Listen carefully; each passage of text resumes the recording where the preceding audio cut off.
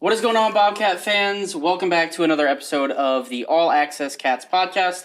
I'm your host, Jordan Bowes, alongside my co-host, our Director of Athletics, Julie Cromer. Julie, how you doing today? I'm great. I didn't realize I'd been promoted to co-host. Well, you've kind of always been co-host. Oh, okay. Well, thank you. I appreciate that credit. Yeah. Thank you. Good, Jordan. This will be fun. Yeah. We got a great episode today. We have a pre-recorded segment with Mike Schulze and Sarah Legarski. We talked about our digital strategies department and our communications efforts. So that was a really fun conversation. And now we're going to get into another conversation with Ryan O'Connor and Matt Moldy to talk about working with sponsors and expanding our premium spaces. So it should be a good conversation. They look ready. So we're going to go ahead and introduce our two guests for this segment. We'll start with Matt Moldy. Matt Moldy is the general manager for Ohio Sports Property. Matt, how are you doing today? Doing well. Thanks for having me. Yeah, it's always a pleasure to get a new face on. I'm sure people are familiar with your face, but yeah. I don't get that many firsts. I've worked here in this capacity for 12 years, and being on a podcast is a first, though. So that's exciting. Well, we can check that off your bucket list. That's right. Yeah, that's right. Our other guest, first-time guest on the podcast, is Ryan O'Connor, who is the Associate AD for External Engagement. Did I get that correct? That's correct. Ryan, how are you doing today? Good. Long-time listener, first-time guest. There you go. There you go. Ryan came ready. Yep. Yeah. He's ready to go. So we'll jump back to Matt. Matt, one of the biggest things with Ohio Sports Properties is the relationship with Learfield. Can you tell us a little bit about the relationship with Learfield and Ohio University and kind of how that all ties together and what that all entails? Yeah, absolutely. So Learfield, I guess I'll start in the broadest lens. Learfield is a collegiate sports marketing company that works with schools all over the country. I think 160-ish. I should have confirmed that number before I came on. But so in a variety of capacities, our kind of core business is multimedia rights, which is a fancy term for sponsorships and advertising. So any of our fans that you come to games and you see in-stadium signage, you see game promotions, you see if you're listening, if it's a road game, you're listening on the radio, or you're on OhioBobcats.com and you see any sort of advertisements or corporate presence, almost all of that is our staff, managing those relationships and trying to generate revenue through the sale of those sponsorships. So that's one part of the company. We have other parts of the company that are in the ticket sales business, which is something that we've just brought online here at Ohio as well. So ticket sales is another, licensing is another area where we intersect here at Ohio as well. So it's sort of a broad company, but we are, I guess the best way I've found to describe it is myself and our staff are sort of like embedded consultants, I guess is a term that we've used that makes the most sense maybe. We are Learfield employees, but we are housed in the department here, working under Julie's athletics umbrella, if you will, and offices are on campus. We go to all the meetings. We're at all the games. We're sort of ingrained. You wouldn't really know that we don't work directly for the university, which is the way I prefer it. Honestly, I think it works best in that scenario. So we're here on a daily basis working with Ryan and a lot of the other departments across the spectrum to generate sponsorships and really develop the relationships with the corporate brands that are partnering with us. That was a lot, and I want to actually take a slight step back because I jumped the gun a little bit. I didn't really allow you to introduce yourself, so also talk a little bit about your journey to get here and where you're at, and then we'll circle back around and talk a little bit more about that. Sure. So I have, in some ways, when I came here for this position, it was a little bit full circle. I'm an Ohio University graduate, so came through the Scripps School here on campus, and then went and got a master's degree from West Virginia University, who we will see on the field here in a few months. And then sort of, I guess I would say, fell into the multimedia rights sponsorship space accidentally. My dad was a football coach and athletic director for my entire childhood, so I kind of knew that college sports is where I wanted to be. Didn't really know what part of it. And really out of grad school did an internship that got me into the multimedia rights space, and that's where I've been for 20 plus years now. So, but it's been awesome being back here, doing this job. I've found the other places that I've worked, and I was interned at South Carolina. I spent some time at Georgia Tech. I worked in the Mid-American Conference office with Dr. Steinbrecher and his staff. Anywhere you go, you naturally become, fans, and you're involved and engaged in what's happening with that particular property. But doing it at your alma mater is another layer. These are programs that I was following and super engaged with before I took this job, and so being here on the inside is it's really cool. I've enjoyed that piece of it for sure. So you talked about some of the other aspects. You talked about licensing, and one of the big things that you talked about that we have recently brought on is Amplify. Talk a little bit about that and what that kind of all means. Yeah, so that's it's super exciting. It really just happened, right? We've had Amplify folks here for 2 months or so, and that is a branch of the company that focuses on ticket sales. So we have 2 full-timers now, Adam Collier and Riley, who are here on a day-to-day basis managing the outbound ticket sales process, right? So many of our fans that are renewing or buying season tickets for the first time or looking for mini plans or group tickets, any of that stuff, we'll be hearing from them. And so I think it's a great resource, hopefully for the athletic department, and an awesome extension of kind of the way that Learfield is impacting Ohio. Julie, has Ohio University always been a Learfield school? Have we always been a Learfield school? Well, that's in my time, certainly we for have. Sure. Yep. And we're in the middle, toward the back half of the middle of a long-term deal. And Learfield itself has actually had a number of iterations over the years, and in buying other groups that were doing something simpler and kind of growing. Yeah. I think been a lot of restructuring. What were we before you arrived? So have we been here for the 12 years that you've been with us? Were we always a Learfield school? No, we were originally IMG. So there's been, as you alluded to, there's been a lot of mergers and acquisitions kind of in the space. There certainly are some other companies that are still, competitors of ours, but Learfield, as it exists today, is a conglomeration of 3 or 4 multimedia rights companies that were merged together over the last 15 years I'd or say so. 15. That sounds right. Yeah. The biggest of which was IMG College and Learfield merging right before Julie started. Actually, I think the bid that went through, the bid process that happened here, I think was probably one of the very last ones that IMG and Learfield bid against each other, because shortly thereafter, literally months later, the merger between those 2 companies was finalized, and now we are the same thing. Yeah, I think that's right, because in my stop before Ohio, we were one of the last Power 4, competitive, one of the last competitive Power 4 agreements as well, and it was in the same time frame. Yep. So it's a tough question to ask, Jordan, is the answer, because of the mergers and stuff that have happened in the space. But as Julie mentioned, we signed the new deal that's not really new anymore in 2019, and amazingly, we're already probably on starting the back half of that. I think it has 5 years or so left. So I think it's important, to maybe understand from our perspective how helpful you're being very modest and describing yourselves as consultants.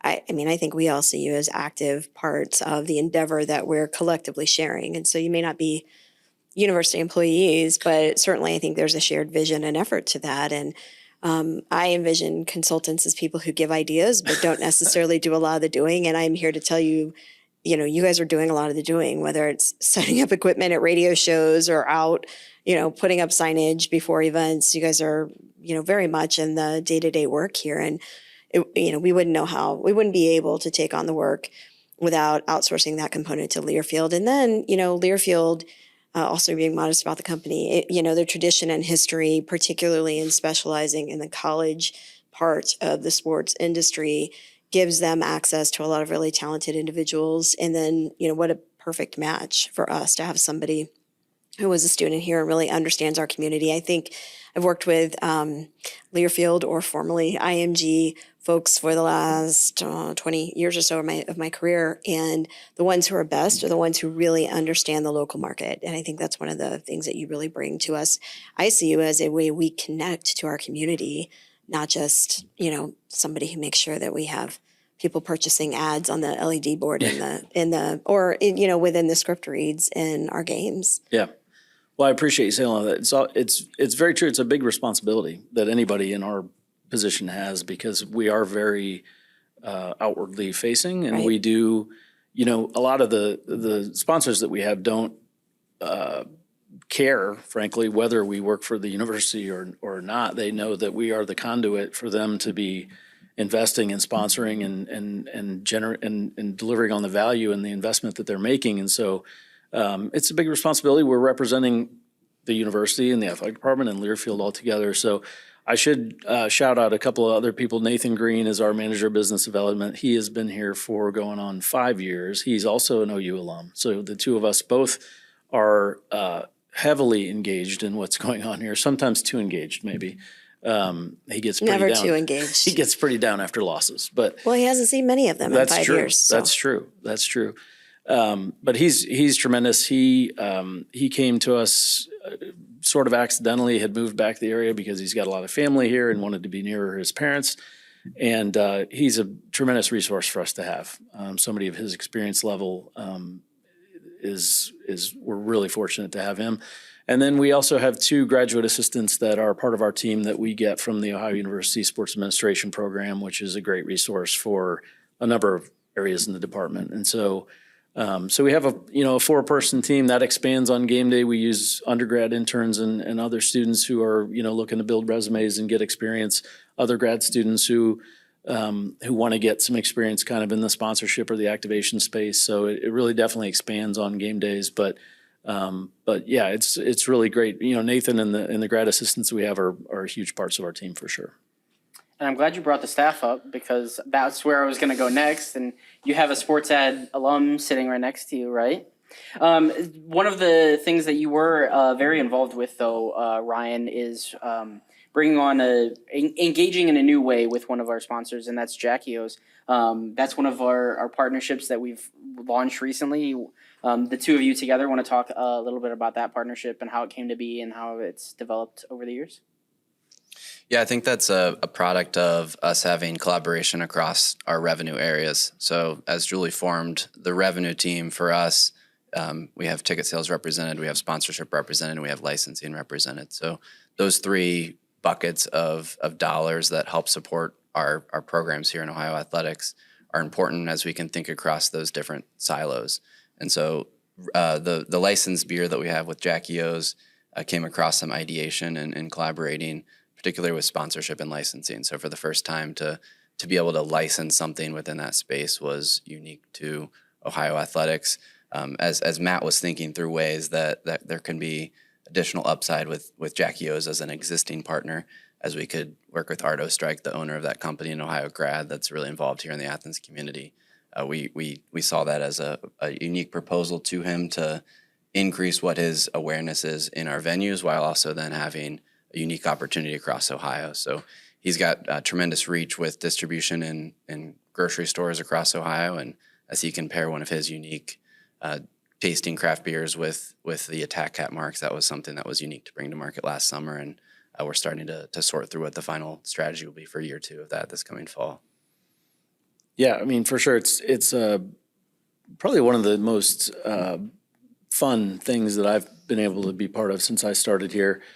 I think the thing that I enjoy the most about it is, there's some standard parts of it, and the presence that people see, what I would call our traditional assets, things that you see in the stadium and whatever. But like Ryan said, Jackios has a very strong retail presence across the entire state of Ohio. I get, Learfield again, works with 160 schools across the country, including a number of other MAC schools. And I get some texts sometimes or pictures from my colleagues in other parts of Ohio that are in their local grocery store and they're staring at Jackios beer with the Bobcat logo on it, and that's, I don't think we have Bowling Green beer in our in our local Kroger. So Who would want that? exactly that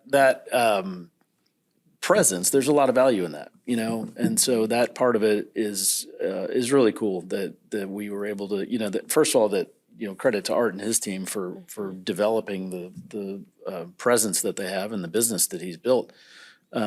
But so to plug into that and have that kind of come across, like Ryan said, across multiple angles and the sponsorship and the licensing and the visibility of it is all really cool. I also think it reflects an evolution in sports marketing in general, and particularly in the college space, what we're comfortable aligning ourselves with. You wouldn't have seen that 20 years ago. You may not have seen it 10 years ago here, Yeah. I don't know. But certainly 20 years ago, we wouldn't have been able to bring all of those elements together. And I think it's been a big hit. Yeah, absolutely. I think you're right. I think that, tendencies, thresholds, things have changed, right? And that's an example of one. There's others that, we could do a whole nother episode on. And it's an unprecedented time of change in the space, in the college space. And Julie, like I said, you could do a full episode on seeing that from your chair, but it has opened up opportunities in the sponsorship and advertising space that were not available 10 years ago. Some that were almost, to me, at least unthinkable 2 or 3 years ago that are, coming online now. And so it's an interesting time. There's a lot of opportunity for sure. I think you have to be really aware of the partnership, and you have to know your partners. And so again, your familiarity with us as a university and us as a community is really an advantage. I think the Jackie O's deal was a good one because it connected on a lot of fronts. And as you mentioned, a lot of times when we were considering it, Ryan, the fact that it was a Bobcat alum, the fact that it's a brand that is known and beloved to our fan base, just because we're in a category doesn't necessarily mean that we would continue with other opportunities because we've broken that barrier. That happened to be the perfect one for us on a lot of fronts, and I think those are the best kinds of deals. For sure.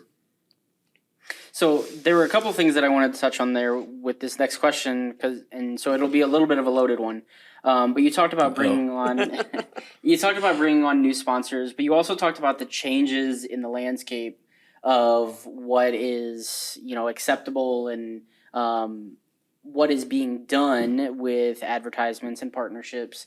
So talk about both aspects of bringing on new sponsors and working with new partners, and how that has kind of adjusted and how you see things changing as we move into the future.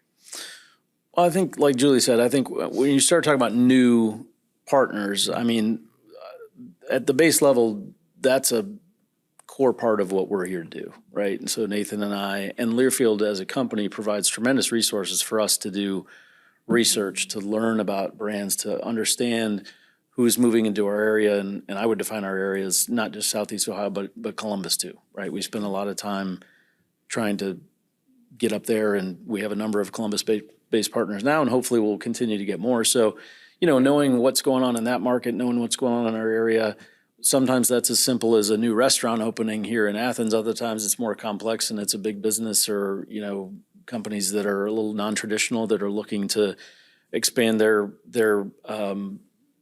hiring practices, and they want to hire a lot of college kids, and then that gives them the reason to come down and say, want to do some activation on college campuses. So there's a lot of different reasons that go into that, but the base idea of recruiting new partners is really an important part of what we do. I think the other part of what you were talking about is, and what I mentioned, like the new stuff, new ideas, concepts that are coming online now is a product of the change that's happening in the space, I think. And so those opportunities, especially the bigger ones, the idea of putting logos on the field, on the court, those are things that are super exciting, but do require, we've had conversations about that, and that does need to be the right partner. We're not, different categories are viewed differently. As Julie said, what we would do with Jackie O's doesn't mean we would have done that with any other, beer company. So, it's that there's a constant communication that goes on, especially on some of those newer ideas, things that are emerging and things that may be approved moving forward. I think it's a I keep using the word crazy. That's probably got a negative tone on it, but it's been a rapid change is maybe the better term for it. And so that's created opportunities. And so, yeah, across the board, schools and Learfield or whoever, multimedia rights partners are trying to, capitalize on those. But it does have to be the right partner and it has to be the right situation. So I think there are two things that people might be surprised to know about the inside baseball, if you will, of what you guys do. One is, I think people assume that just because you win, then it's easier to go out and expand relationships and ask people to invest more with us and that they will automatically do it. I know our coaches at least think that. And I understand why, but I actually think it's the depth of relationships and the longevity and the connectivity, either because of brand affiliation, because of local community dynamics. I think, those things tether us to our partners in a way that will weather this storm. And it's great to be on a run of, 3 10-win seasons, but every now and then your 3-9 season comes through as well. And your partners really are the ones who will stay with you and are a little less variable in their interests than maybe some of our other revenue sources for the most part. I don't know if you would agree with that, but you can tell me if you would not. And then two, the use of data.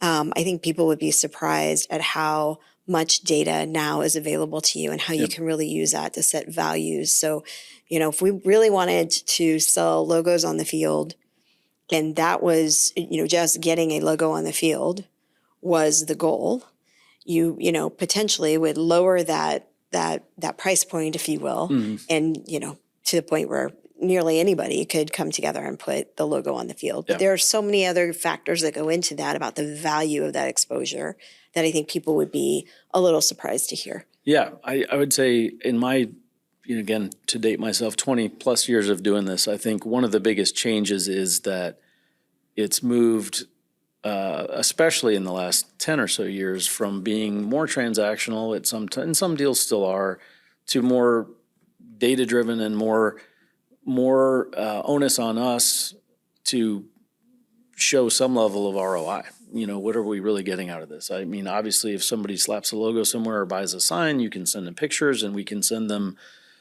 attendance figures and we do all that. But, sometimes it's more. They want to know more. They want to know who our fan, before they'll even consider it, to the data and like, what does our fan base look like? What are the demographics? Like, where do they live? How much what's their income? All these things. So Learfield created a few years ago, coming out of the COVID pandemic, a resource called Fanbase, which we have available to us here, and it's a data warehouse. And so we are accumulating,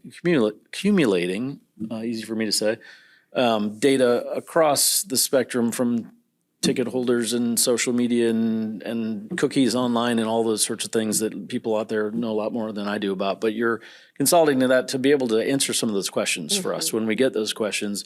What is it? And we have maps and we can show, hey, here's where our season ticket holders live. And so if we're talking to somebody in Columbus, we can go speak to them about our fans in Columbus and how we would reach them. That's not always on the field or in the stadium. Sometimes that's online, sometimes social media, our radio network, different things that we have available. So it's definitely become more nuanced and more strategic in the way that a lot of brands are allocating their funds, And so the old sort of way of, buying a sign and some, game program ads and to get some tickets, are those deals still out there? Probably some, but not nearly as many. Now it's really become more advanced, and especially when you're talking about the, premium items, and some of these things that are being created are premium items that we would need to find the right partner for, and we have to have a lot of data and a lot of research that goes with it. Fortunately, Learfield does a tremendous job of providing us with a lot of those tools.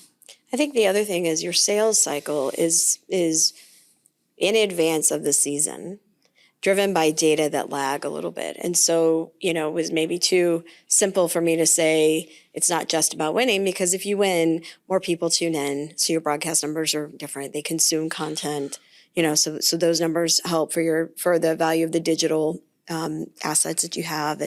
and certainly people like a full stadium, and they, come to games if they think they're going to watch a team win and then feel good about, their experience afterward. But that lags a little bit. Those attendance numbers and figures come in, and you're already selling. You've sold for this fall season. Yeah. Yeah. And oftentimes, we try to get multi-year partnerships as well. So sometimes it's a 3 or 5 year window between times when you're actually going to renew a deal.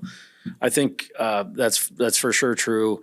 I think it's one of the things that I've enjoyed, and I think is a credit to our programs here. We're not what I would call, and I don't want to name any names, but a one-trick pony. We've had success across a wide spectrum of sports, and so there are schools out there who are super good at one sport and not so much at most of the rest. And so we've had success across a number of sports, whether recently, obviously the football success has been record breaking, in terms of what we've accomplished over the last 3 years.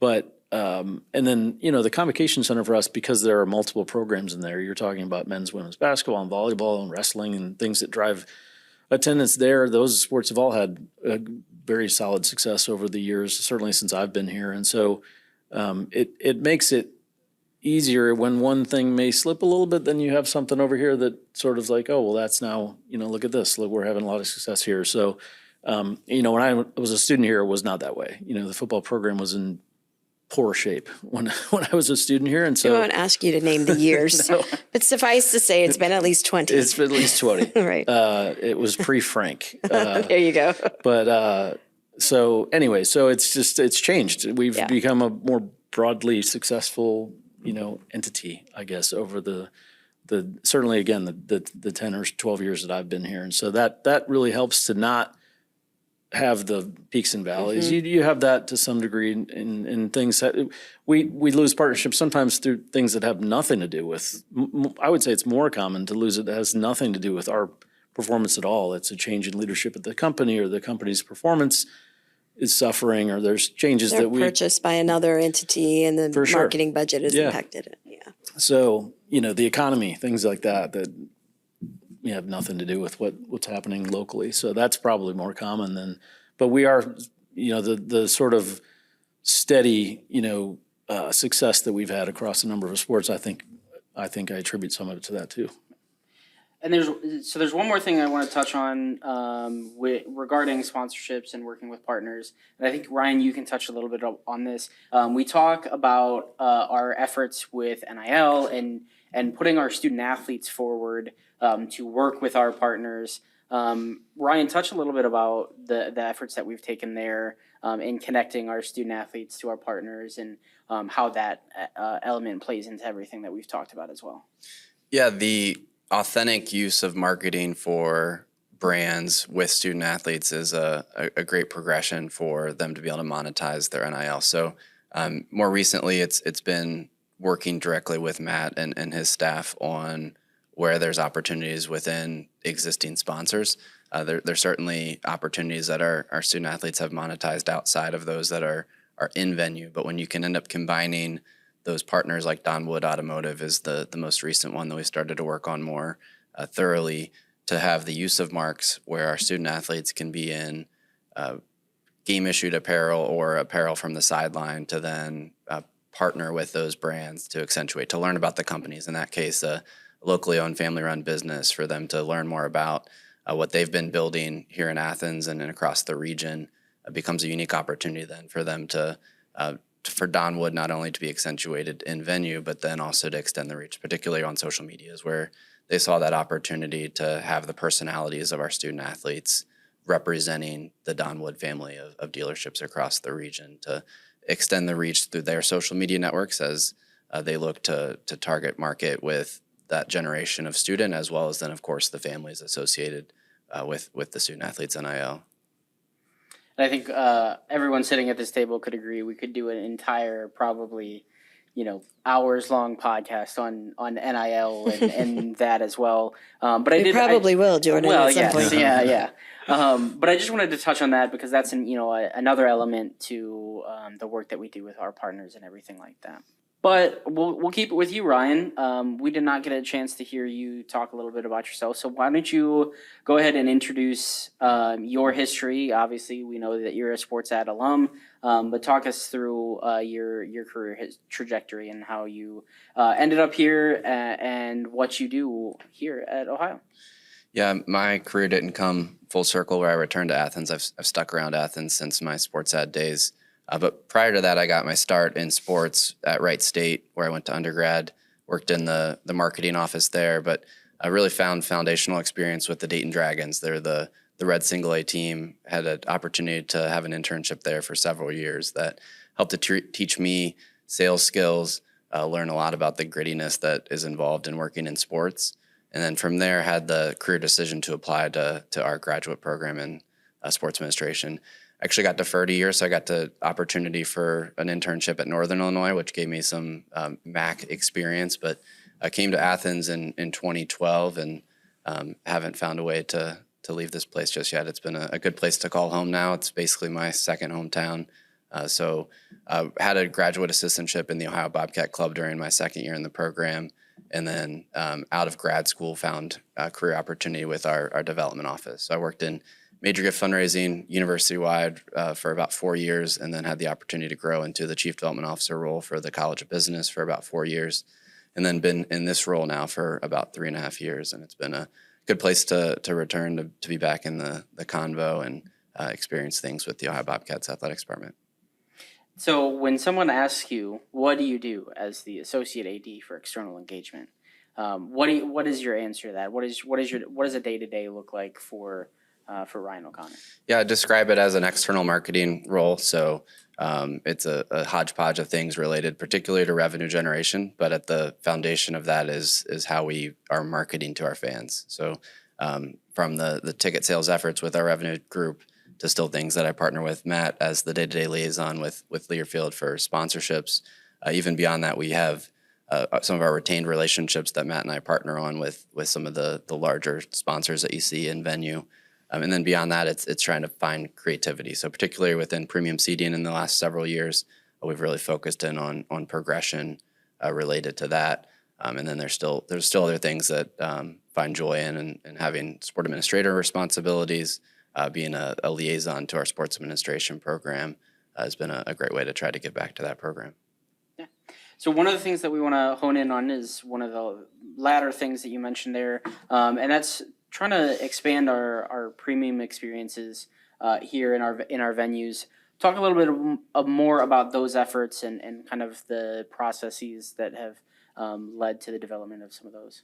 Yeah, those efforts started before my role was created, but I've tried to work through accelerating that with what we've been able to work on as a staff. So the first stage in modern progressions has been premium suites here in Peden Stadium. So here in the Sook Center, we have 2 premium suites that are utilized for football game days. So it's a great use of this new facility. We had the Ohio Bobcat Club running the End Zone Club out of this space, and as we were able to then bring on something that's an experience that we've seen across professional sports, and of course have seen it at schools across the college landscape as well, as we can add those types of experiences. In this case, it's a 10-person suite. We've got 2 of them.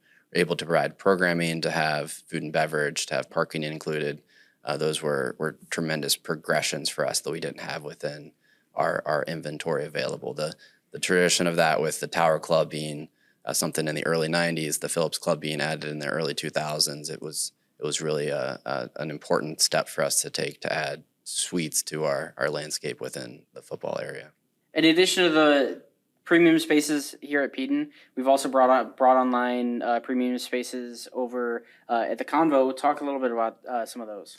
Yeah, the Courtside Cats has been an evolution that we've made over the last couple of years. That dates back. Bobcat Black was added the year after I was a graduate assistant in the Ohio Bobcat Club, and it stayed in its similar type of setup for having those courtside seats. They're great vantage points to be able to watch a game, feel the energy of the floor. But what we saw as an opportunity was to add capacity to what that experience is. So we started to think through in conversations with fans and things that we had as discussions internally for what you could do to add to that experience. What were the programming elements that were available to those types of experiences within other venues? So through numerous discussions across conversations with those that work in college sports, with our seat holders that were already utilizing those tickets, we were able to rebrand what was Bobcat Black into Courtside Cats. The biggest progression of that was adding a hospitality space on court level that, as they had traditionally utilized the roar room, which is a winding zigzag to try to get up through the rows of the convo to access that space for the hospitality provided there, we're able to add a space on court level. So it was a long process. It started with us just doing pop-up lounges, and then it evolved into us converting a space on court level to then have food and beverage included in the ticket price. We added a VIP entrance, incorporated an ease of parking into that experience, and we're able to increase what our demand was for that. We increased the price while also then being able to realize a larger amount of account holders. It's been successful enough to have a wait list now of going into next season, and we consider them the front lines of backing the Cats on the floor. So those ticket holders, as they're there consistently, they're also, of course, bringing in a network of fans that they're also sending to our games. It's a great connection to the student athletes on the floor. Yeah, and Julie, we talked in the last episode about expanding our fan experience and providing different opportunities. What from your view, what do some of these premium spaces mean to our fans and to our experience and to the program? Well, I think anybody who's gone to sporting events beyond Athens probably has been able to directly experience or at least be aware of the modernization of the fan experience in other venues. We have really solid traditional venues here. We have enough space for the people who want to come watch us, and we maintain an accessible price point to get into our venues. However, we have aging venues, and they were not really built from all perspectives of the fan experience. And so when you think about the concourses here in Peden Stadium, they're narrow relative to modern stadiums. The restroom amenities are, built for a different time. Even the concession stands are built for a different time. And so there are some limitations that we've had to overcome. And we try to do that. We talked a lot about that on the previous All Access. But when we talk about premium, it's really about evolving with the fans. And a lot of our fans, we found out through our data, spend time at other sporting events. And we would hear from our fans that they would be willing to invest more if there was more depth and a little bit of an elevation to the amenities that are provided in their experience. And Ryan just gave a great summary with the Courtside Cats program of us being able to work within the venues we have, invest a little bit of money in updating the spaces, and then being responsive to that. And we're creeping along phase by phase. We've got a few other things coming in Peden Stadium. Then we'll turn our attention back over to the Convo. But we're really trying to draw people into the fan base and give them a ladder of elevation in the investment of their experience. And so for some folks who sit in their same seats in the stadium, who go to their same parking spot and are perfectly happy with what they have, we want to make their experience better. At the same time, for those who may have a little bit more to invest or want to bring others with them and entertain, we learned we needed to provide better options for that. And the premium amenities that Ryan described are a big part of that, but we're still growing. One of the spaces that I neglected to mention here in Peden before we jumped over to the Convo is actually a sponsored premium space here in the football stadium, which the two of you can both kind of touch on because it is a sponsored space. It is the Go Mart Goal Line Patio. Talk about the process of ideating that and getting a sponsor on board with that space and creating that space, and talk us through that.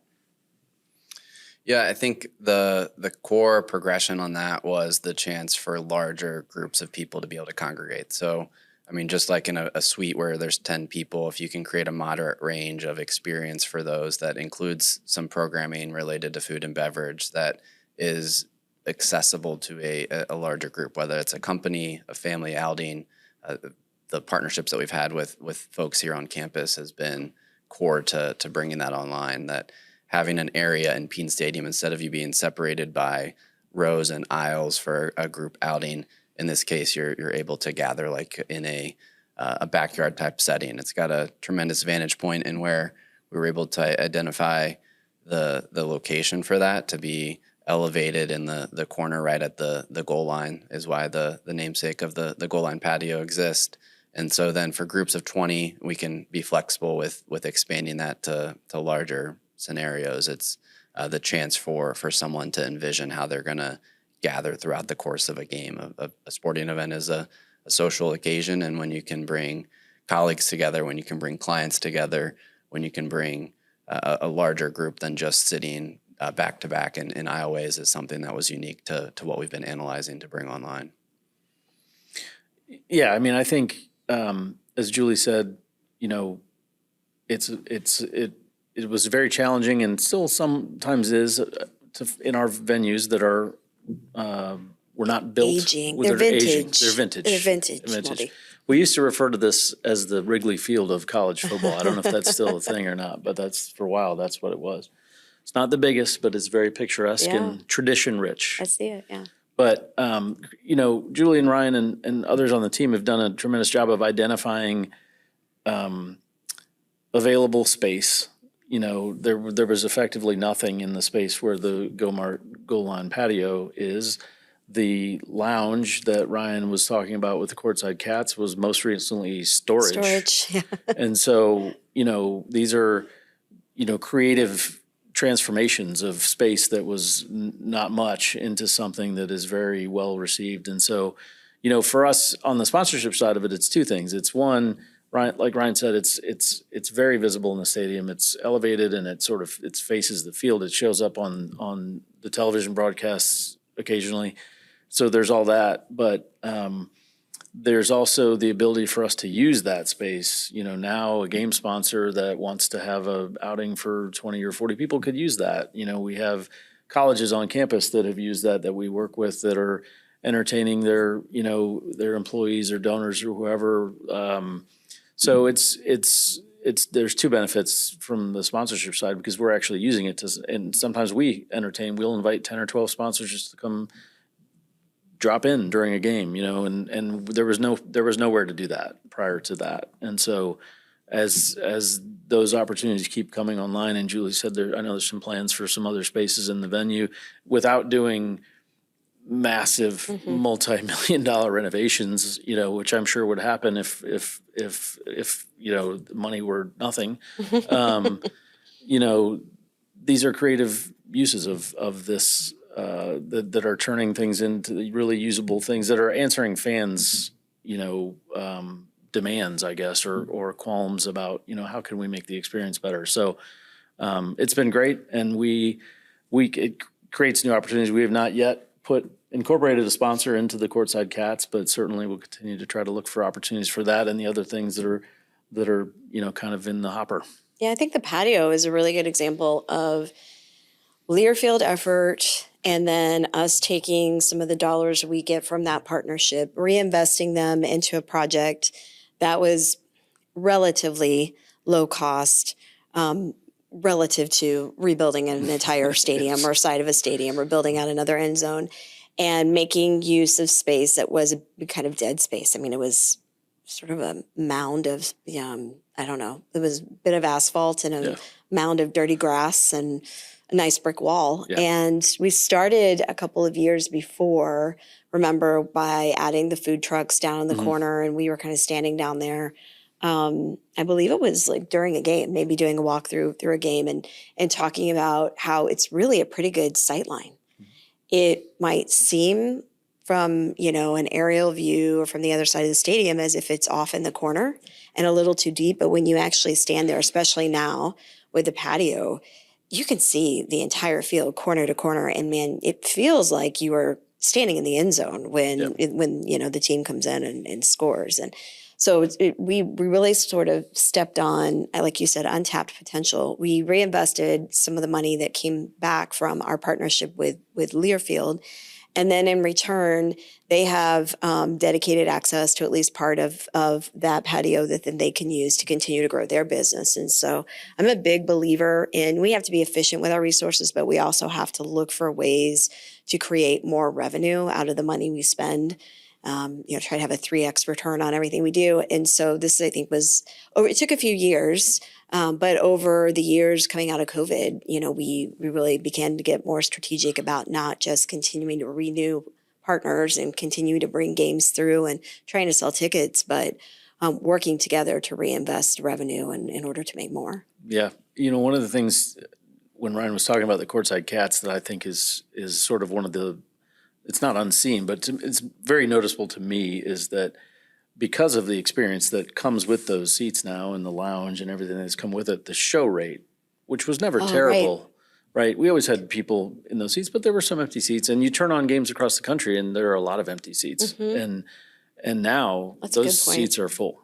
They're full because if you're a season ticket holder in that space and you, for whatever reason, can't come to a game, you are going to find your neighbor, your friend, your brother, somebody who'd say, you got to go down there. You got to experience this. You're watching the game from courtside and you have this lounge and so the seats are super nice and padded. Like, it is a true, really well-rounded experience that has been built out. And so that to me is super noticeable and a really nice change, That's a really good point, and it's a compliment to Ryan and the group that he leads, because behind the scenes of this renovated space and the padded chairs and the food and all, somebody has to make arrangements for all that. Yeah. We are a multi-use building, and so it's not as if we just lock the door and in that courtside club and wait for the next event to come through and the chairs all stay where they are and what have you. They set that area every time. They set up the entrance every time.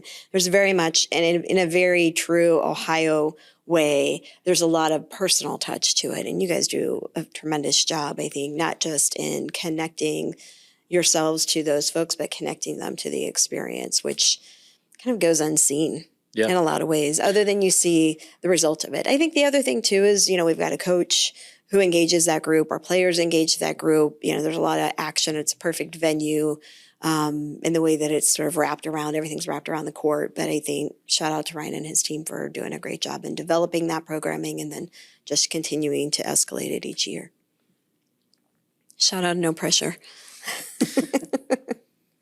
I think ultimately it's us as the familiar face too. So they put trust in the guests that they're sending. So that's part of the increase in the show rate, the ability to organize what they're going to experience ahead of that game. So then they have the faith in us that as they're referring their guests or their clients to us, that they know what they're in for as far as the hosting that we can provide.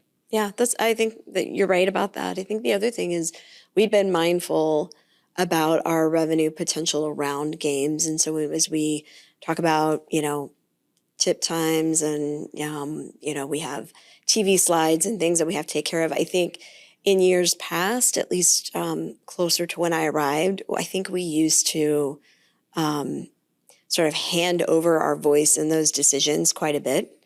And in some ways just, we were sort of thankful to be selected for TV or thankful to be, and so we didn't have the leverage in that conversation or didn't use the leverage in that conversation as well to think about our folks who are driving down from Columbus or how important it is to play Miami on a Saturday as opposed to Miami on a Friday night. And here more recently, in part because of the engagement we've built with not just our premium area folks who invest in us, but also with those who retain and also show up for the games, retain their season ticket accounts and show up. We've turned down slide opportunities. It's not as valuable to go from streaming to linear, but it's in part so we can have this experience where people have time to drive into Athens, watch the game, and then go back and spend their Saturday during a winter, season in that fashion versus trying to get down here, in an hour and a half so they can be there for the meal before the game and experience the whole thing. All of that is compromised when we don't take leverage in those conversations. So as we head towards the back half or back end of this conversation, there's two more questions that I want to ask. And one is kind of pointed at you a little bit, Ryan, but can be answered by everybody. when we are looking at identifying spaces to expand or diversify fan experience, I'm sure a lot of people would be curious. What's the process like in ideating some of these new spaces or different fan experiences? Yeah, part of the foundation of some of our analysis dates back to a report that we received from Navigate Research. That's a company that the MAC had partnered with, and they consulted with us. It's an organization that's been close to the sports administration program as well, to analyze things from a data perspective that helped us with, particularly with price points that we needed to fill gaps. We were already in the upper echelon of the MAC of that peer set related to the number of price points that we had, but there were still progressions that we could make. And so seeing where there was opportunities within certain price points was the start of that. So that relied heavily on data related to analysis. The second step of that is then it is best practices across the country of what other schools are doing, what professional sports teams. For my sake, it's certainly relying on sports administration alums across the country and just being opportunistic with conversations, whether that's here at our annual symposium or phone calls that we can make, or of course through professional development at conferences. But then there's a lot of readily available marketing that you can digest across other teams. So as you see something on TV, as you end up experiencing something, as you can see how that's presented to a fan, those are all ideation things that impact us in our discussions with our revenue group.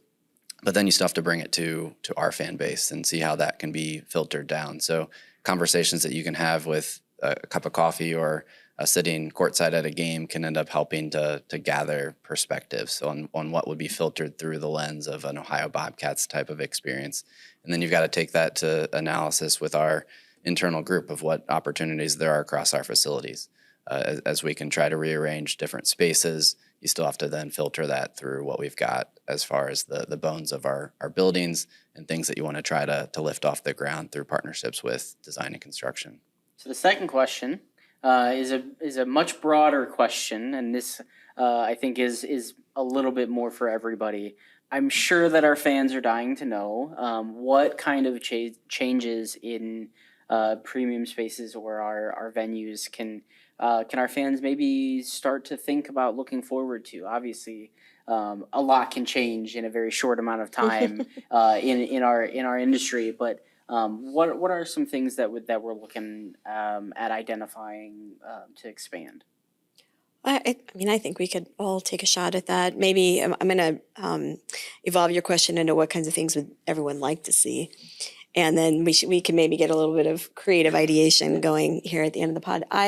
We are planning to incorporate suites on the fourth floor of the Peden Tower, so a little bit more inventory than we've had there. We've typically not sold those spaces, although they've been used for development purposes, and we're going to convert a little bit of space there to do that.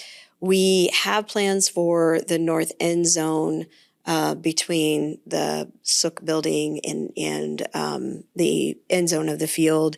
I don't think we will be able to implement those plans for this season just due to some delays and some permits and planning, and so we're going to hold off on that. I don't want to get in the middle of that and then not get it finished for the season, and we ran into that with the patio a couple of years ago, and so we're gonna hold off on some plans there. Ryan had a great idea about converting some space in the Tower Club on the ends for outdoor suites. They're working on that, and then we're still very early in the goal line patio programming and trying to understand how to best use those spaces. And so I think we'll spend some time on that, particularly for this year. What premium amenities would you guys like to see in the future? What did you say before? Money were no, you said if money wasn't, you had a really smart line about if money meant nothing or something, Yes. if money costs nothing. Well, also nothing is cheap anymore either. Though. Right, so, right, Like yeah. even the creative transformations that we've done, I know were significant Yeah. investments in their own Some way. would say you could build a small house for, some of the investments. Yeah. So the first one that just pops to my head, which I guess this is a premium enhancement, is the chairback seats that are coming. I'm staring at it. That's why I thought of it. New chairback seats that are coming over to sections whatever the midfield sections are over there. Ryan's going to help you out with that. He's yeah. got the numbers and he'll Numbers tell you the burned in your head, sections. And 104, 105. he's just really good at that. yards. He knows exactly. Yeah. I mean, my office is right up there. I should know too, but did you come down and help the group that was I doing the I did not. the Shameful. Shame secret on me. project? The secret project. After you complimented me for being hands-on and helping, then I didn't show up for manual labor day. There was no So- manual labor. It was It was- it was volunteers. It was all volunteers. Just a little extra TLC for the stadium. Anything to me, and what these things have addressed, the patio specifically, is the opportunity to come to a game and be able to interact with a group of people. Yeah. which sounds Have a social event around the game. Yeah. It sounds simple, but it's been very difficult to do.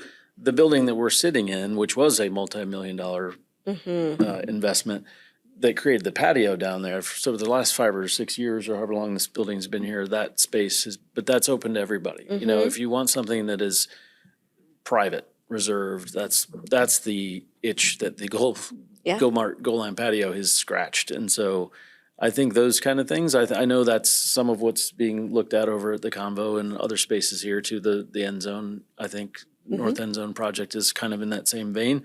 So, I think that's what we need to try to find. I think that that's what's been missing to me. We're not in a market where we need 40 suites. Skyboxes or Yes, whatever. Yeah. right. But, having spaces that people can utilize for group hospitality and there are some need for suites clearly, because what you guys have done with finding space and kind of turning it into, that's in demand, Yeah. right? Yeah. They've gone like that. Yeah, we just don't need 50 of them, Right. probably. I think that's right.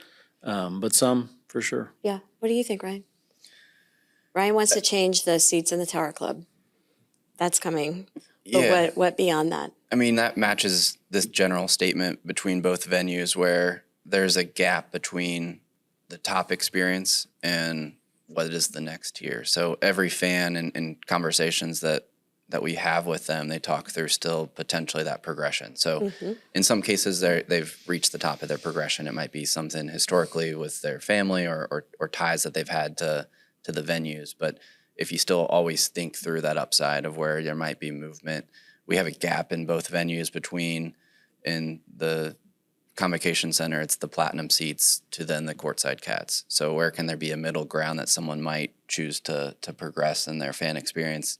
Here it's the Tower Club to then the Sook Suite. So I think we're more on the cusp of something here within Peden Stadium, potentially a Loge type of concept that can be that next step if someone wants to go as a progression from their Tower Club experience. But it's generally, and it ties into that Navigate analysis that we have, it's where are those tiers of experience that someone continues to move. The individualization of marketing is the application for ticket sales in this concept. A lot of us get those experiences with technology, but fans are now designing that within what they have for a ticketing type of experience, that instead of there only being 5 different things to choose from, you start to find a progression to 8 to 10 types of things. And particularly within season tickets, a accessible progression that we've already started to make steps into is where's that next tier? Where can someone end up moving up in their fanhood for the Ohio Bobcats?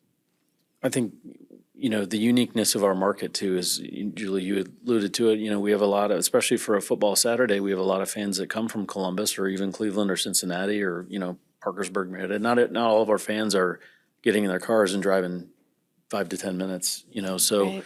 it does affect how we plan things and, what we need to do compared to some of our counterparts that are in larger markets. So, the market, I guess, affects a lot of things that we do. It's a two-sided coin. It's good and bad to be in an isolated area like we are. Athens wouldn't be Athens if it didn't look this way, right? But it's, we are drawing from a wider geographic area than a lot of our MAC counterparts. Yeah, I think that's a good point you make. I mean, even this doesn't necessarily apply only into premium experiences, although I think that's a consideration as we design those. Having a stadium that people can easily get in and out of helps to mitigate the fact that they may be driving from 45 minutes to 90 minutes we have some who drive over from Cincinnati. We have folks who drive down from Cleveland. Just depends on the game and the game time, and how they can manage it. And so what I find interesting about that, though, is that increasingly we have more who are coming and spending the entire day. They're tailgating longer. They're arriving earlier. You guys are involved with us in some of that activity as well. And then we're trying to spend a little more time and thought each year on a fan area just to the north side of the stadium that you guys are involved in as well, and working with our fan experience group. And that's, I think, where the connection to sponsors and community who want to have a presence, then create something happening, which makes it worth for folks to drive, a little bit earlier in the morning to come down and then have some time to be with us before the game actually starts. And then they want to get into the stadium and to their seats pretty easily and quickly. Yeah, for sure. I think that, I think a lot of that goes back to the fan experience piece of what we were talking about. And football games in particular have for decades have become more than just the game, right? It is the tailgating and the social aspect of everything that happens. And so, but not everybody comes to our games or any game and has, the group of friends that they've been tailgating with in a reserved parking spot for 4 hours ahead of the game. Some people come to the game and they don't have anywhere to go. And so that's where, we've created, I think, a really great space where there's food trucks and activations and a big screen TV and activities for kids, face paint, all the things that are going on over there. I think is great. We have, our radio partners from Total Media doing a pregame show out there. I mean, just a lot of stuff going on out there that I think really creates a nice atmosphere and helps enhance that fan experience, That's the goal. That's it. Yeah. Well, thank you both for joining us today. It was an enlightening conversation, and I think hopefully you all enjoyed it. You fans enjoyed it, and hopefully you guys enjoyed it as well. Absolutely.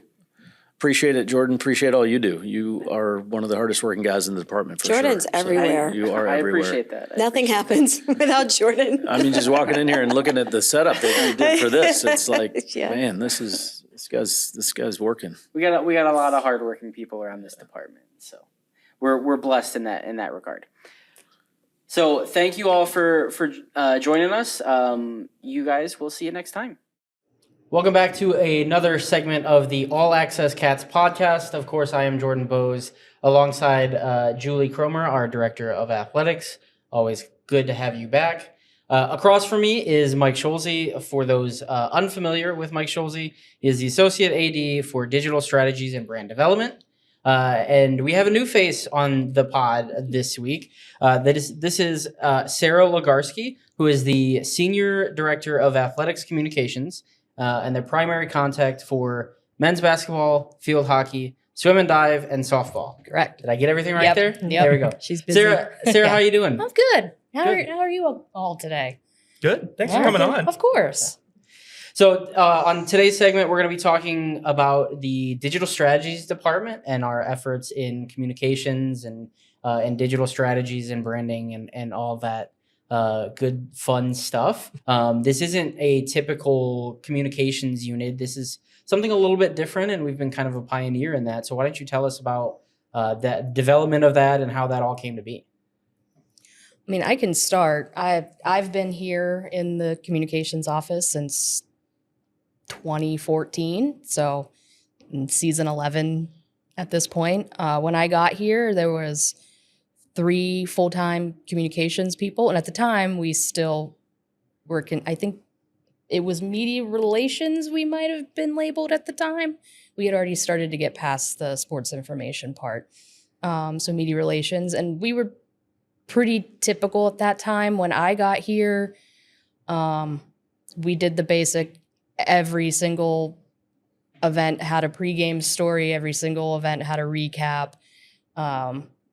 Social media, a lot of the focus was really only on football and men's and women's basketball. And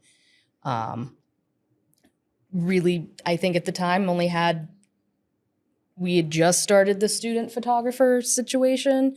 We only had 2 photographers. I think really only 1 full-time videographer at the time. Tanner Smith, how are you? And that was really, really it. And really, in those 10 years, we've blown up. We've moved really into focusing on every single one of our sports as much as possible, focusing on their social accounts.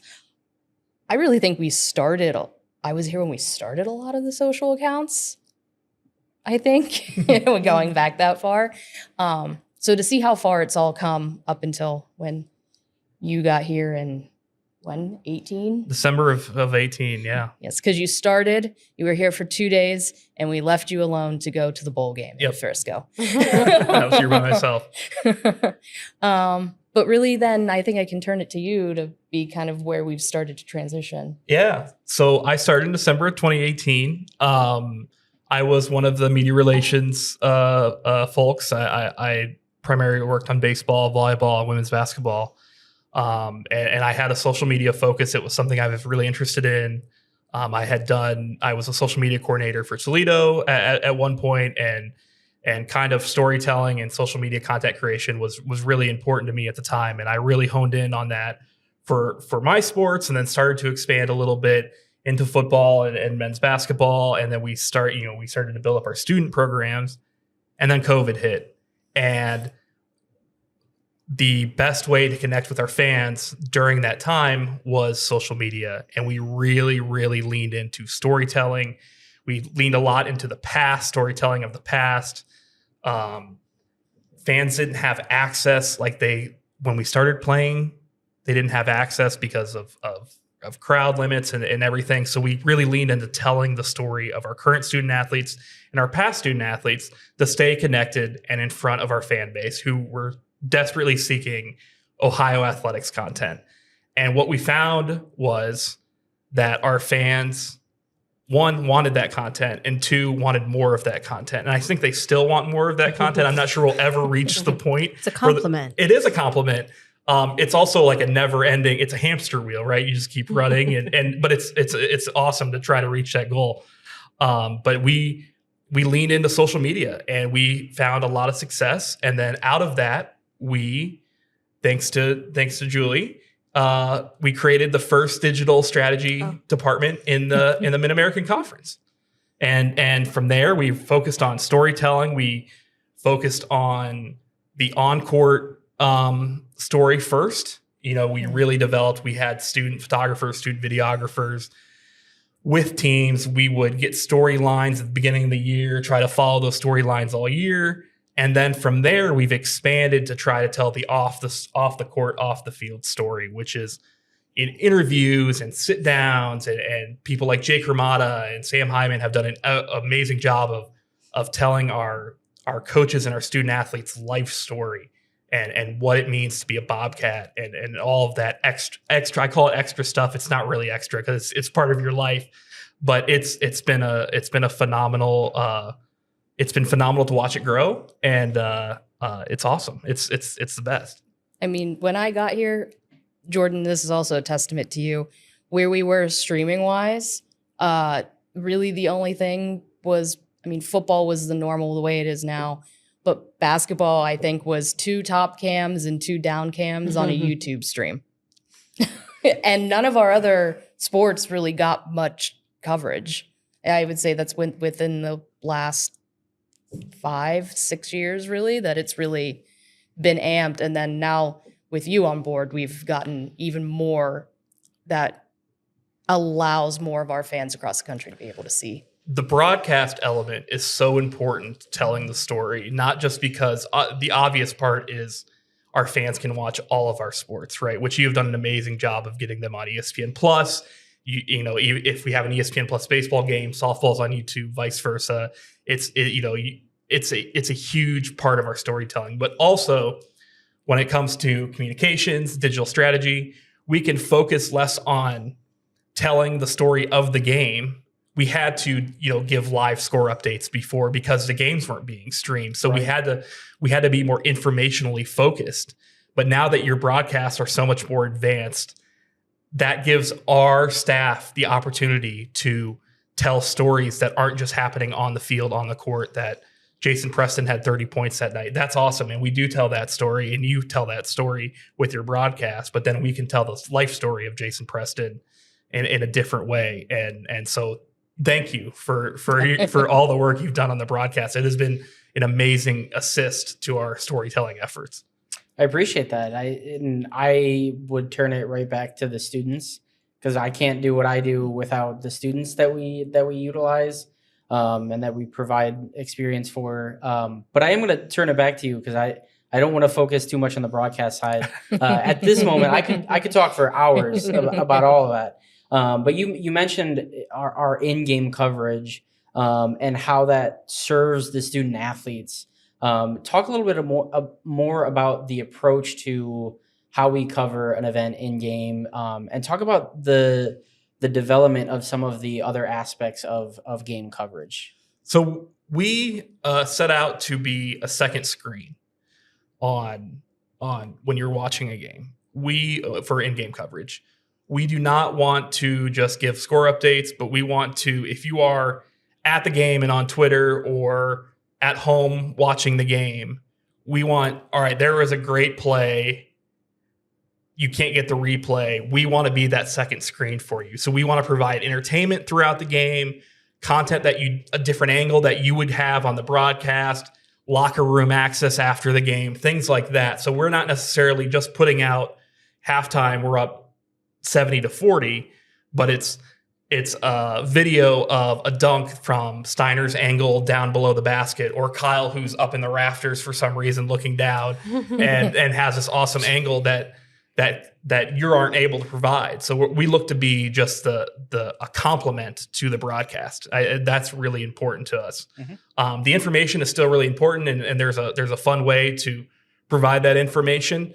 But we're looking to be more than just sports info when it's on social media. And shout out to our coaches who have really bought into this. Mm-hmm.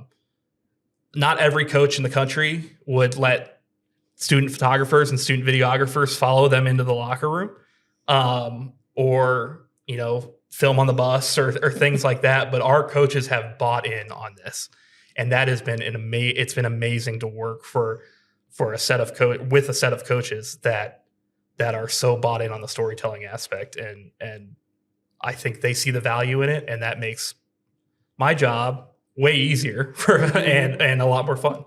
I think it's circular, though. You have attracted and recruited really talented students, and some of that is connected also to the Scripps College and the opportunities they have academically on campus. But if they weren't ready for that responsibility, our coaches wouldn't be as comfortable with them being embedded. I want to go back to your telling of the evolution, because what I remember is you guys came with a really great recommendation. Part of it was filling in content during the pandemic for people who couldn't, make it into the games directly. But also we realized we have so many people who support us who only make it to Athens maybe once a year, but would love to still know what's going on and would love to consume those storylines. Unfortunately, we came out of the pandemic and we had less media embedded here in our local community. And so the need for media relations support wasn't as great. And yet, I think, Sarah, particularly you and your team do a great job with our student reporters from our student outlets. I think people don't realize how much time you spend actually training them. So they're covering us, but helping them understand how to get through the protocol of even requesting their credentials and following those protocols, and then working their way through a post-game press conference. You guys have really dialed it up, I think, to help prepare them. What I remember from that time, Schulze, is you coming in with a proposal, and we thought, well, we don't have events right now. To your point, when the events come back, we knew they were going to be limited. We had time. We wanted to connect. We essentially had nothing to lose by going in this different direction. Mm-hmm. That said, you guys have built off that so incredibly over the 5 years that followed that, we don't often remember. This was sort of a few hallway conversations, and then you came in with a recommendation, and I said, okay, sure. Well, there was really no risk in trying it. Mm-hmm.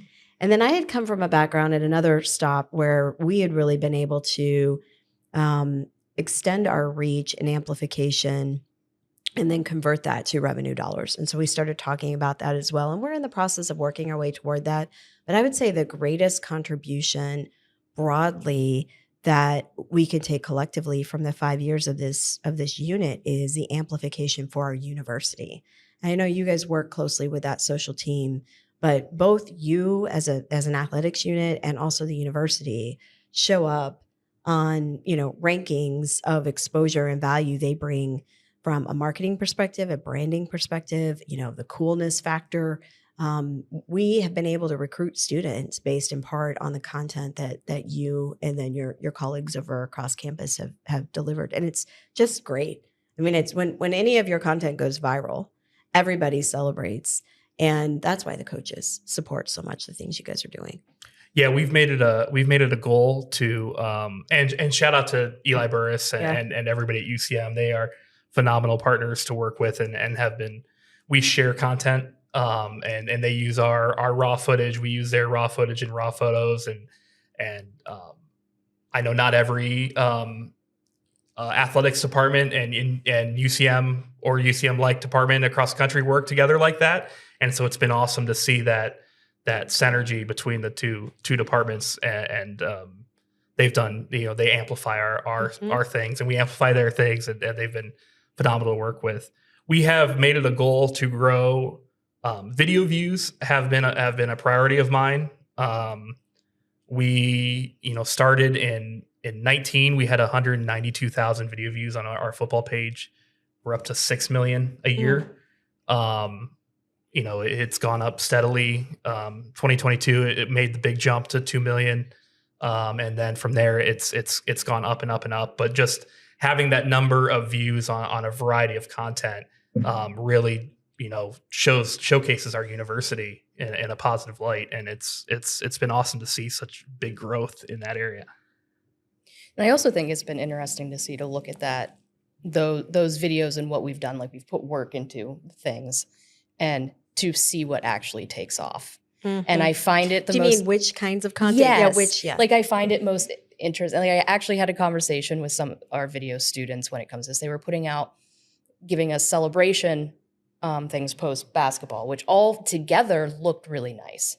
I said, let's split it up because these lone shots of dancing in the locker room get pushed out more and get more feed than the whole thing together, which those 15 to 20 seconds can get picked up by anyone and just push, and all of a sudden it's millions of views. It's kind of a maddening thing to try to track because you'll come up with these content ideas that will flop sometimes. Sometimes you put in a lot of work. Put your heart and soul into the creative. This is going to be amazing. Yeah. And it doesn't really take off. I like everything. I appreciate that. For the record. I appreciate everything. That. And then there are sometimes we have content that is done with phones. And I don't want to say they didn't put as much heart and soul into it, but the editing time was less, the production time was less, and those take off. And trying to figure out that balance has been really like one of my biggest challenges over the last 5 years is how do we produce not just viral content, but content that people will see, that will have some traction. And we've had a lot of misses over the years, and not saying it's bad content, not saying it's not valuable, but we're always tweaking that to try to figure out what people will read, what people will watch, what people will consume, and there's no right answer. Yeah, and it's frustrating, but it's fun.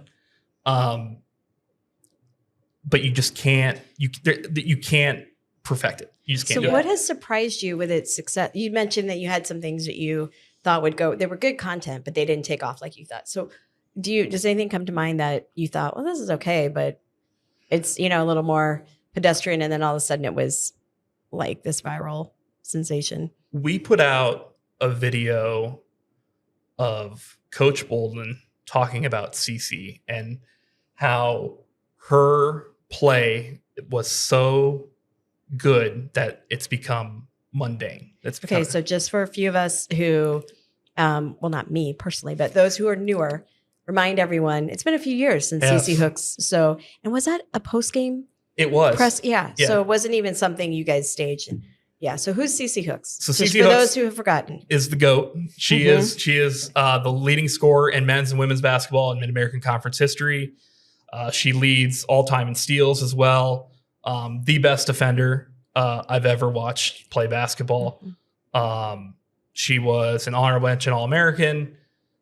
Just a phenomenal 5-year student athlete for the women's basketball team. And it was around when she set the record for most points in Mid-American Conference history. And Coach Bolden, just speaking about her, said that she does amazing things night in and night out, that it has become the norm, that it has become to be expected, and how he expects it from her, and maybe he shouldn't. And maybe, he was talking to the media, maybe the media shouldn't, maybe our fans shouldn't take it for granted because she is doing amazing things night in and night out.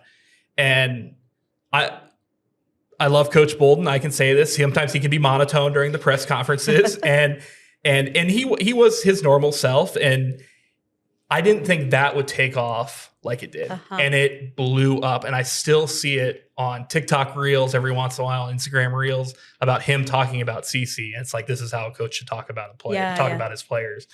That was something that we didn't put a lot of editing in. We chopped it up and tweeted it out, and sure enough, it blew up. And that's one that comes to mind when I think about things that we didn't necessarily plan for or put a lot of production into that went viral. It's interesting, though, just really quickly, because the way you described it and the reason why it recirculates now is different than the original reason for it being released. So it was a quote about certainly a record-breaking moment at a time when she was still here and we were all focused on Cece having this great career. And then, I think she spent a minute in the WNBA. And so we might have even had a reason to repurpose some of that. But now it makes its round, as you said, an example of how a coach should talk about a player. And how would you ever draw that up on your board of, here's the content we're going to record and create? Right. It's got to be organic. You see all of these videos, of influencers and people talking about, tips and tricks to grow your engagement, but it's all hokum, because it's you just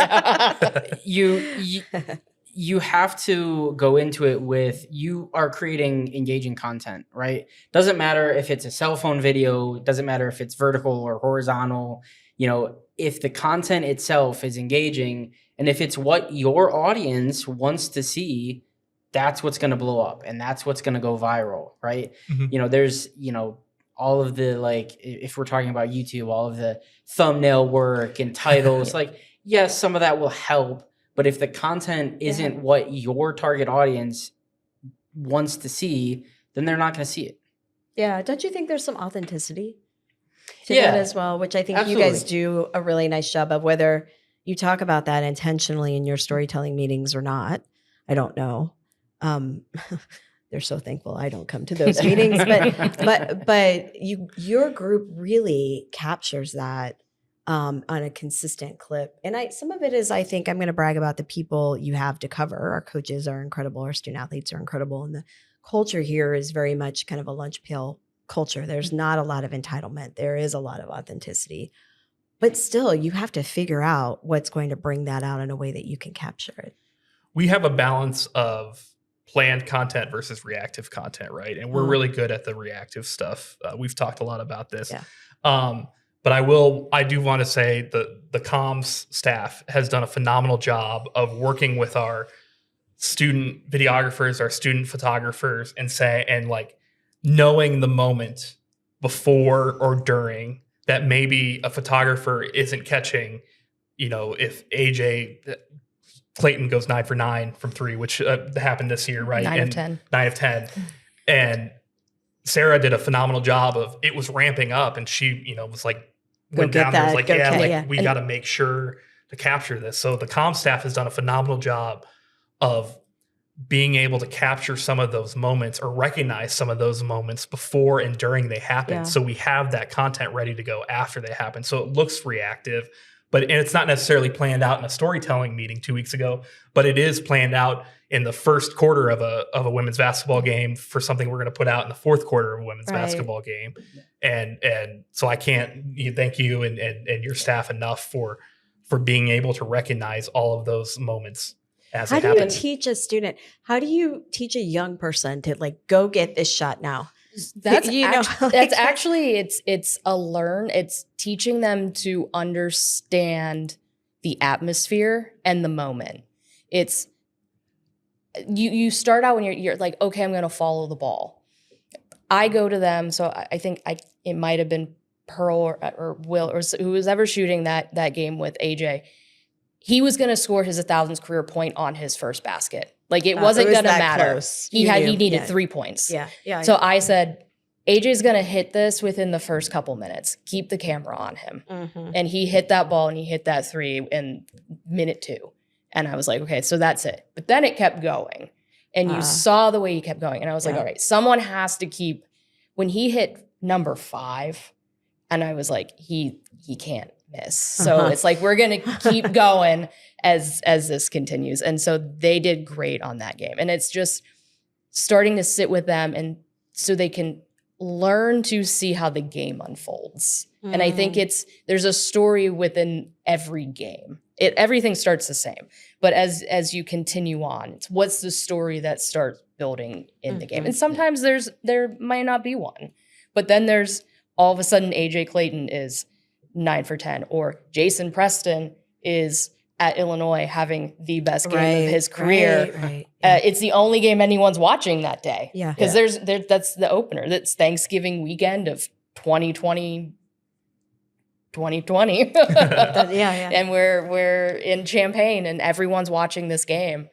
And then that just gets picked up again. And it's kind of just following the flow. And I've been with basketball enough. I started with the women, moved to the men.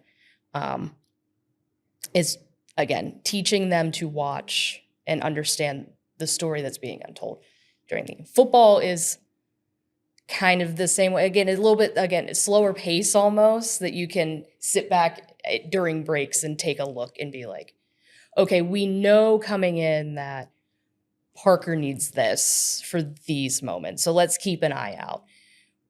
But then you start looking at it and you like quarter 3, you're like, Parker's run for like 4 touchdowns. Like, okay, we need to keep like flowing on this. And it's just keeping in contact, like whether it's texting them on the field or going down to the court and making sure that they know. And I'm gonna give the both of you a little bit more, because you talked about. I'm gonna give the both of you a little bit more credit than what you've given yourself, because you talked about some of those things that aren't planned ahead in a content meeting.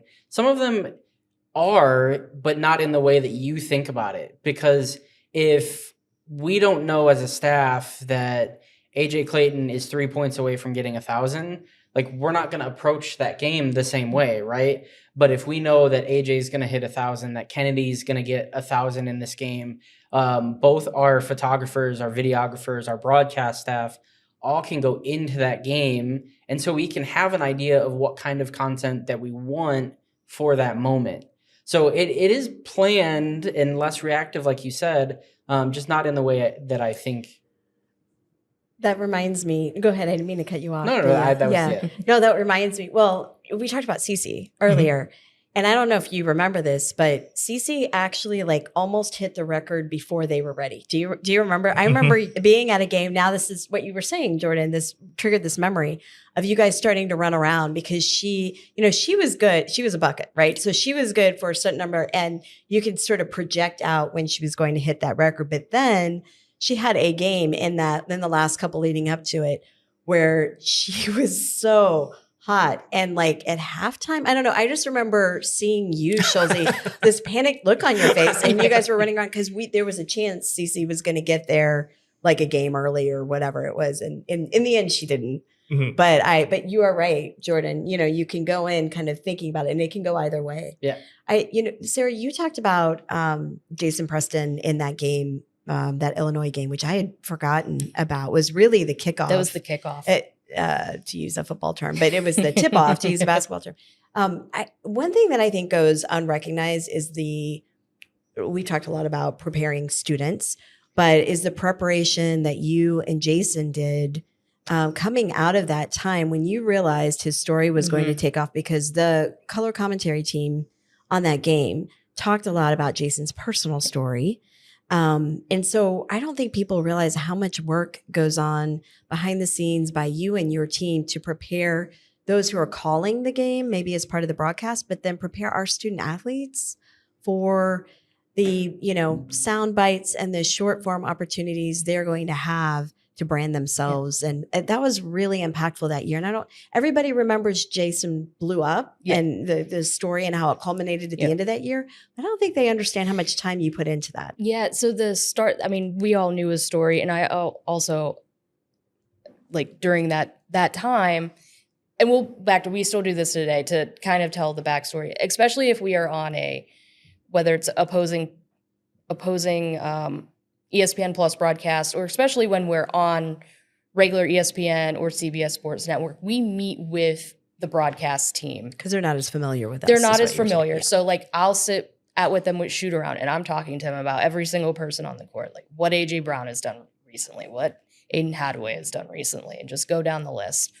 And during this time, we were obviously on Zoom calls. So I remember sitting there and Coach Bowles and I both telling the story of Jason, because this is coming in. He had his first year where he didn't play as much. He stayed and started to really build himself into that point guard that he was. And then not knowing who was going to be playing, we were telling the story just because we needed to tell these stories at the time. Again, there was nothing leading up to that. This was a team that didn't get to play, was standing on the court in Cleveland. I remember when everything went, when we're like, okay, we're done. And we're like, oh. That was in 2020. 2020. Yeah, the end of the 2020 season. Yeah. So then we're getting ready for this next one. So we tell them this story that they're doing this tournament. So they tell that story. But in the process of them telling that story, Jason is going off. He's having one of the best games I've ever seen. And we almost beat Illinois that game. Like that's it. Right. That was the thing. Like it was a game. And I didn't notice it at the time or realize it at the time how quickly it started to spread. Mm-hmm. There was one account that picked it up and it just started to go. And I think that tournament ended and we were heading back and I started getting emails. And I said to Jason, I was like, hey, I think things are about to get really interesting. Maybe explain for people emails. Just emails from like requests. ESPN, media interview requests from his story. Yeah. ESPN, CBS, Doug Gottlieb show, like all of these major college basketball media entities that are like wanting to tell his story because again, at the time, everyone needed the story. Mm-hmm. Everyone wanted to tell a story, and he was the story. But also, and I think this is weird to say that, I don't know with it not being that year, how we all started actually doing media stuff via Zoom, in Teams, in Skype or whatever. I don't know if that story would have gone as far as it did. That's an interesting That point. is interesting. So you're saying if we were back to pre-COVID when you really had to try to get beat reporters to come to your game, that's interesting. Like, because you're right, everybody could just jump on. We were doing post-game press conferences and everything by Zoom. And anybody could have, I didn't even think about that. Yeah. That's like, when I was thinking about this, of that story, I was like, I really don't know what made it stand out. What made it stand out? Yeah. Like I'm pretty sure NBC4 and all of those, they would have gotten it, but I don't know if it really would have made that step. To as far as him doing live cut-ins on halftime of College Game Day. Yeah. Or actual Sports Center in segment. He was live on Sports Center. Yeah. That's a really great point. Though. Yeah. But so I sat with him and we started going through really how to tell his own story. Because he could continue rehash everything that we tell. But how does he tell it? Mm-hmm. And so I think we sat down and had a conversation about how does he want to tell it, how many times he wants to tell it, and really kind of how far we want to go with it. And to his credit, he was all in. Mm-hmm. And to see him grow from him being 19 years old when we get here. Even up until now, seeing what he's doing now, doing ESPN stuff. I talked to him last night, like just to see that growth in him, in his ability to market himself. That makes me proud. I remember when the men's basketball team then won the MAC championship. They were in the bubble. We went to Indianapolis. I remember pulling you aside and saying, because everybody wanted to talk to him, like it was everyone, and which was great.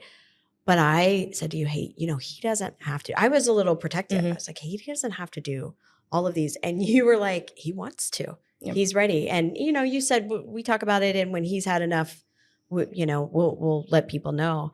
I don't know how much did you ever calculate how many additional things? Now, we were in the bubble. So on the one hand, it wasn't like they could go anywhere. I mean, he had all day to sit and do Zooms and call-ins and what have you. But did you ever calculate how many? There was a time I had a list because I had to create a separate calendar for Coach Bowles because he wouldn't say no. He did everything. Yeah. Well, we want him to do everything, right? He was because fine. It's all truly, it's exposure for our university. Correct. But I was more concerned, like as a young person, a player, how much are we asking of Jay? Each one that came through, there were even some that would come through that I would deflect. So, like Dwight was able to do some, and Ben Vanderplas was able to do some, and some of those other guys, which is great for them. Which was great for them. Yeah. And there was also some stuff I said no to.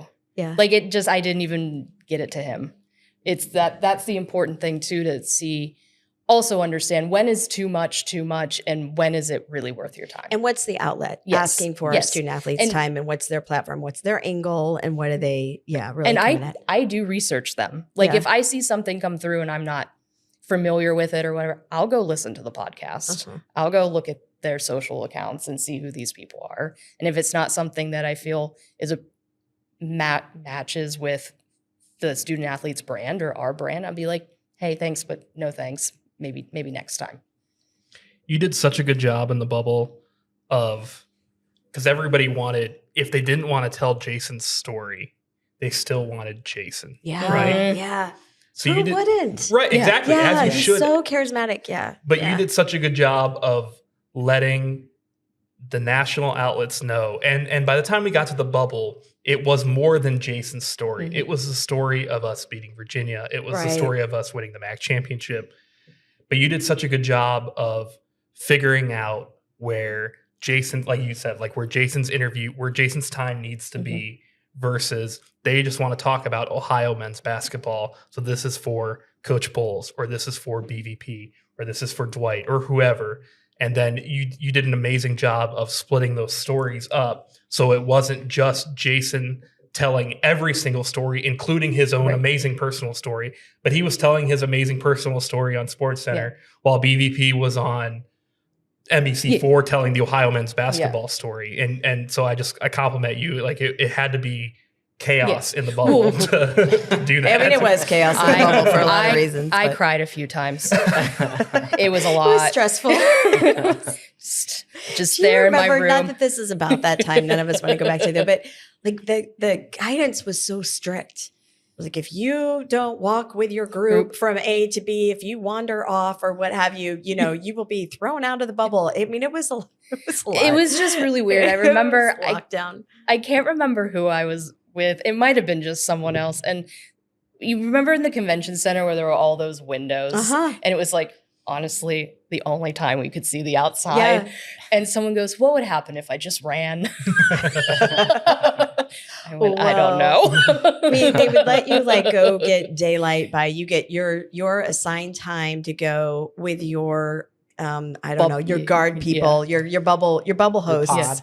It was. But like these people were assigned to be our bubble hosts. And so we could go out to, remember the top of the ballpark and walk the yard as people were joking about. And but then the roof of the parking deck, so you could take a photo with They the had the- big they had the bracket in the bracket. background, Yeah. and we were like, oh my god, when do we get to do that? Like we got a that- lot of traction out of that photo. Yeah. Well, right, but we were like sunshine and fresh air, and It was like the sunniest day, and they had that was big bracket on awesome. the JW Marriott and then building. we lost somebody on the way back. Who wandered off on the? Anyway, now I'm going down a Where real we rabbit probably trail, shouldn't but- mention some but- names. but all that to say, it was stressful, and I agree with Schulze. You did extraordinary work that year. I think I knew going in that there was going to be like the run that we made to get there, and then we had then we pulled Virginia, Yeah.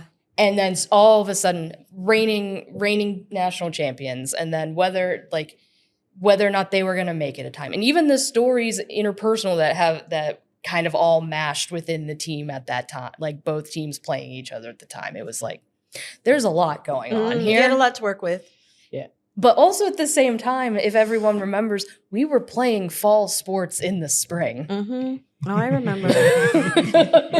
So I'm in the bubble, and Cholsey's helping me do softball and field hockey and baseball and soccer all on the same day. Yeah. So we talked a little bit about Jason's incredible story, and we touched on that marvelous 2021 run. Something that we haven't talked about specifically with that run is providing the outlet for our student athletes and providing content and assets for our student athletes. And one of the things that I think we should talk about very quickly is the implementation of Influencer. Schulze, you want to walk us through kind of how that all got started? Before we do that, I know you know this number, so this is a bit of a setup. But before we leave the content part Yep. of that year, we did a valuation exercise. So we'll come back to Influencer in 1 second. We did a valuation exercise to see what was the value of that media exposure, some of which was driven by just playing time, in the NCAA tournament and in the MAC tournament. So, time on ESPN, time on, the TNT broadcast. Yep. Yeah. And so some of it was that, but it was also the work that we just described that Sarah did. And so Schulze, you like to brag about what was the value of all that, $191 million. That's a lot of money. which is not cash in No, hand, right. right? But it is if we had tried to purchase the media exposure for those 10 days, it would have been the estimate would be $191 million. And that study was focused on exposure in the markets that Ohio University was primarily recruiting general students from. So obviously Columbus, Cincinnati, and Cleveland were in that study, as were other cities that Michael Stevens at the time connected with our enrollment services folks to identify. And I think, so Sarah, thank you. And thank you to Jason and the team and, Dwight and BVP and Coach Bowles and all the people who participated in that for so many reasons. But we also a lot of times get caught up in the sport part of it. And the amplification for our university during those 10 days was enormous. And we're incredibly proud of that. So thank you both. Of course. Influencer. So rewinding that season, we in January 21, we were the first MAC school to sign on with Influencer, and Influencer has kind of evolved over the years on what it is with the NIL landscape, but it started as a platform to get content to student athletes, photos, videos, and we had all of these amazing student photographers doing this amazing work, and we wanted to get that content into the hands of our student athletes. And so we signed up for Influencer, and we were able to have our student athletes build their brand through content that we were producing already for our photos, our videos. And we did a lot of work during COVID to sign up all of our student athletes for that. They still do trainings on it every year at Media Day. And Influencer has been a great tool for us to get. I think about that picture that I say gets a lot of traction, but that was uploaded to Influencer, which was then downloaded by every one of our student athletes who said, "Hey, look, we were outside today," and they tweeted it out and put it on Instagram. But it's really interesting because it uses AI to cultivate galleries for each individual student. And you can go in and tag and supplement that. But as our student photographers upload photos, they are sorted by face, jersey number, and then pushed to our student athletes immediately. So they can use those to post on Instagram, to build their brand. Some of our NIL partners that have corporate sponsors use those photos for some of their work. I know the Kate Dennis billboard is one I think of. That was a media day photo that they use, that she pulled off of Influencer to give to them to use. And it's been an amazing tool for us. And we were such early adopters of it that we have a huge amount of photos in there that our staff uses it now, our coaches use it now. It's been an amazing platform for us. And within the real first show of how important that was that tournament run. Yeah, that run between all the photos. And I'll go back. Midge, who was our photographer during the MAC tournament and the NCAA tournament. I mean, her photo, they're historical photos for us. They're in photos that I think about and we still see and still get posted. I remember, I think our conference room in the hotel or whatever. I remember the guys were sitting there. They were so excited. They're downloading photos. And Ben Vanderplas looks at me and he goes, "Look at all of these downloads." Yeah, they were tracking. Yeah, they're like, "Look how far my photo has gone." And I was like, okay, so this was a good idea. I'm glad you enjoy it. Keep posting. Yeah, I mean, for our student athletes to have access to that content helps everybody, right? It helps the athletics department get exposure. It helps the student athlete get exposure, build their brand, increase their follower counts, which will help them in NIL. I mean, there's just it's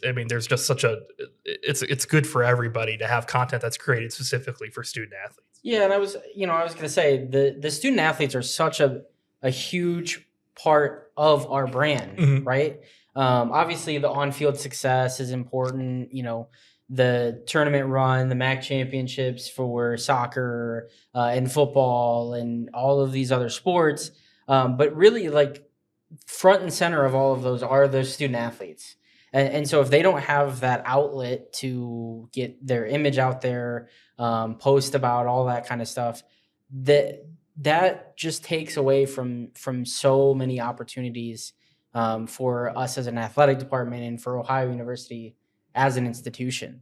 And I just think it's so important. And also to the credit of our photographers and videographers, right? They do such a tremendous job of providing those assets for those student athletes. And it's great for them too. I'm going to tee you up here to talk about some of our tremendous photographers that have gone on to work in the field. Our alums. Yeah. If you go into our office, you'll see they're not framed, but photos that were framed. Our photographer, we have kind of created this tradition where we pay for the photographers to enter their photos into the photojournalism contest on campus. And then they gift them to us and sign them as like a thank you. And then we hang them up in the office everywhere. So you'll see a hodgepodge of sport photos in our office. And those are all signed by our amazing alums who've done amazing things. Emily Chin is one that comes to mind. She was the Reds photographer. She worked for Getty. She currently is the Getty photographer in Philadelphia. Probably the second best job in photography other than the Getty photographer in New York City. She's done amazing work. Grace Hammond, she is creating all of the Bengals video content right now. She did a lot of our women's basketball, football, field hockey video. I mean, she did all the sports. So, Grace Hammond with the Bengals. Matt Starkey is a Browns photographer. Every time the Browns win, I go look at his photo galleries. I probably shouldn't say this to the athletics director, but he did rewire the convo to fix the strobe light by himself when I was here. But that does show like how dedicated he was to the craft, and he may have gone in the rafters and fixed some things himself. You should probably we can cut stop. that. Yeah. But he Wasn't a risk at all. he's an amazing photographer, and he was Chiefs photographer when they won the Super Bowl, and now he's a full-time for the Browns. He had a photo in the NFL Hall of Fame. They have their photo gallery. Yeah. And I remember we went to visit it and we were walking through. I was like, it's Matt's photo. Yeah. Sarah Steer would have been before your time. She is the Getty photographer in New York. Yeah. Yeah. She's done every Olympics, I think, now for the last 4 or 5 years. And she's amazing. And I mean, we could keep going. Yeah, we down keep the going, list. but our students have gone on to do such amazing things, and to the fact that they started at Ohio, and the experiential opportunity that they got working in Division I athletics and the access they get. And I know when Emily speaks to our current students, which we have photographers come and talk to our current photographers every once in a while, she talks about how you shouldn't just work football. She said, my first job with Getty, they cared more about my field hockey photos and my swimming photos than they cared about my football and men's basketball photos. That the value was for Getty, for a company like Getty, to be able to do such a wide array of sport, that those field hockey photos, that field hockey experience, that swimming experience she got her that first job. And it's really interesting because a lot of high school seniors want to come work for the football team, right? But then they quickly realize that there is value in working for all 16 sports, and the access they get with all 16 sports is invaluable. Yeah, I'll talk one more thing about football.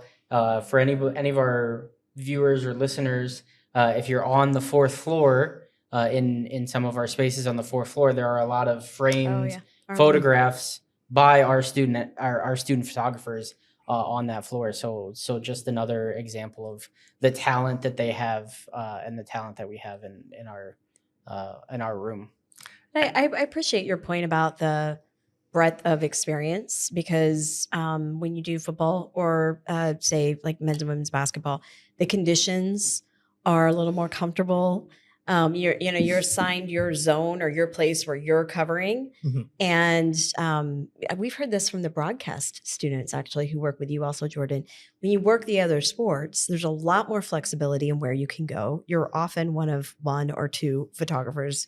You've got room to work, and you will be able to create a lot more in those spaces and also figure out how to do it when things aren't quite so structured. That's what I remember your students talking about, like learning to do this out on a golf course. Yeah. Right. They may never do sports coverage specifically with their careers, but there are skills that they learn by being in those other settings. And so now you have high schoolers knocking down your door trying to get into this, which I think is great, because I remember, again, 5 years ago when we were trying to do this and engage students, you guys had to go like out on campus and walk the sidewalks to recruit people. So this is another thing I probably shouldn't say to the athletics director, but we don't do a lot of recruiting anymore. Yeah. We don't need to. We have students that are in high school that have heard from their friends or their friends of friends, or they have done their research, which is awesome. That we have these opportunities available for photographers, for videographers, for digital content students. And we have met with families. We have met with high school students on visits. I mean, a lot of our tours that they go on, they'll do their campus tour, and then they'll email us and say, hey, I'm doing a campus tour this day. Can I swing by and speak to you about working for the athletics department next year? And to have high school seniors and juniors be that interested in coming to Ohio University to work in the athletics department before they're even on campus is just been awesome. It shows the growth of the student work program. It shows the value that they get, and it makes our jobs a whole lot easier because we're not out there recruiting anymore. They do the recruiting for us, and they come to us, and we have gotten some incredible talent that has started as a high school senior. I mean, Charlie. I think of Charlie. Charlie. She came. Her entire family came and sat in the fishbowl with us, and talked about what opportunities were available to her. And she came to Ohio University to work in the athletics department. And started as a freshman. And started as a freshman. Yeah, and she will work all 4 years. And she's interning with me. I would say is interning with me in the summer now, helping helping some things. So she's sticking around for a little bit. And when they start earlier, they become less specialized. Like she's not a photography intern No. in the summer. She is going to do social media work and content creation. Now we're going to send her to some facilities and have her do some photo stuff too. We're going to take advantage of her skills for sure. But they are learning so much more than just their one skill set when they are a 4-year student in our department. It's 4-year student in that. And when I meet with them, potential student workers, I do tell them that. I ask them what their goal is. And they say, okay, well, social media. And I go, okay, but let me backtrack a little bit. How about you also work an event and work on the comm side? Because you're also in an area too where sometimes you're being hired for all of it. We can look at Cedric. Yeah. Oh yeah. He's broadcast. He's working in comms. He's doing a great job. Yeah. I was teaching him baseball stats at softball last year when he was. I'm going to have to learn how to use this. And I was like, well, come on in. So we kind of teach them. We always say, learn a little bit of everything. Learn what you like and be really good at what you like. But learn a little bit of everything because you're very valuable if you can fill roles. Yeah, absolutely. We have talked about a lot of digital and video coverage, but for old timers like me who love to read long form, I think you guys have done a really nice job over the last couple of years of circling back to that. And I think Sarah, you've been directly involved in that. I would say this would actually start around the same time, the COVID area, where I took a look and was like, we need to reassess of where we're putting our time.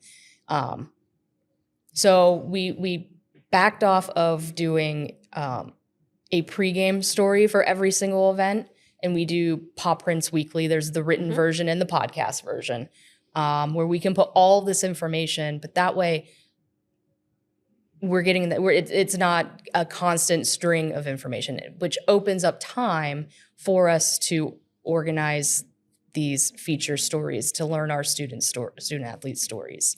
And in that time, we have started working and built a team of wonderful writers from the script school who want to focus more on features and that aspect. And I think our best showing of that is Ashley Beach right now, who has been with us for a couple of years and has done amazing work to help tell the stories. And I think bringing those within has helped us.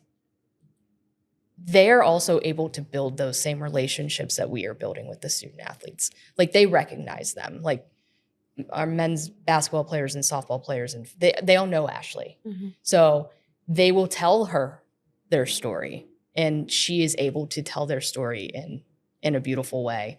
But I think one of the best pieces that she's done, because she loves to research, she's very good at it.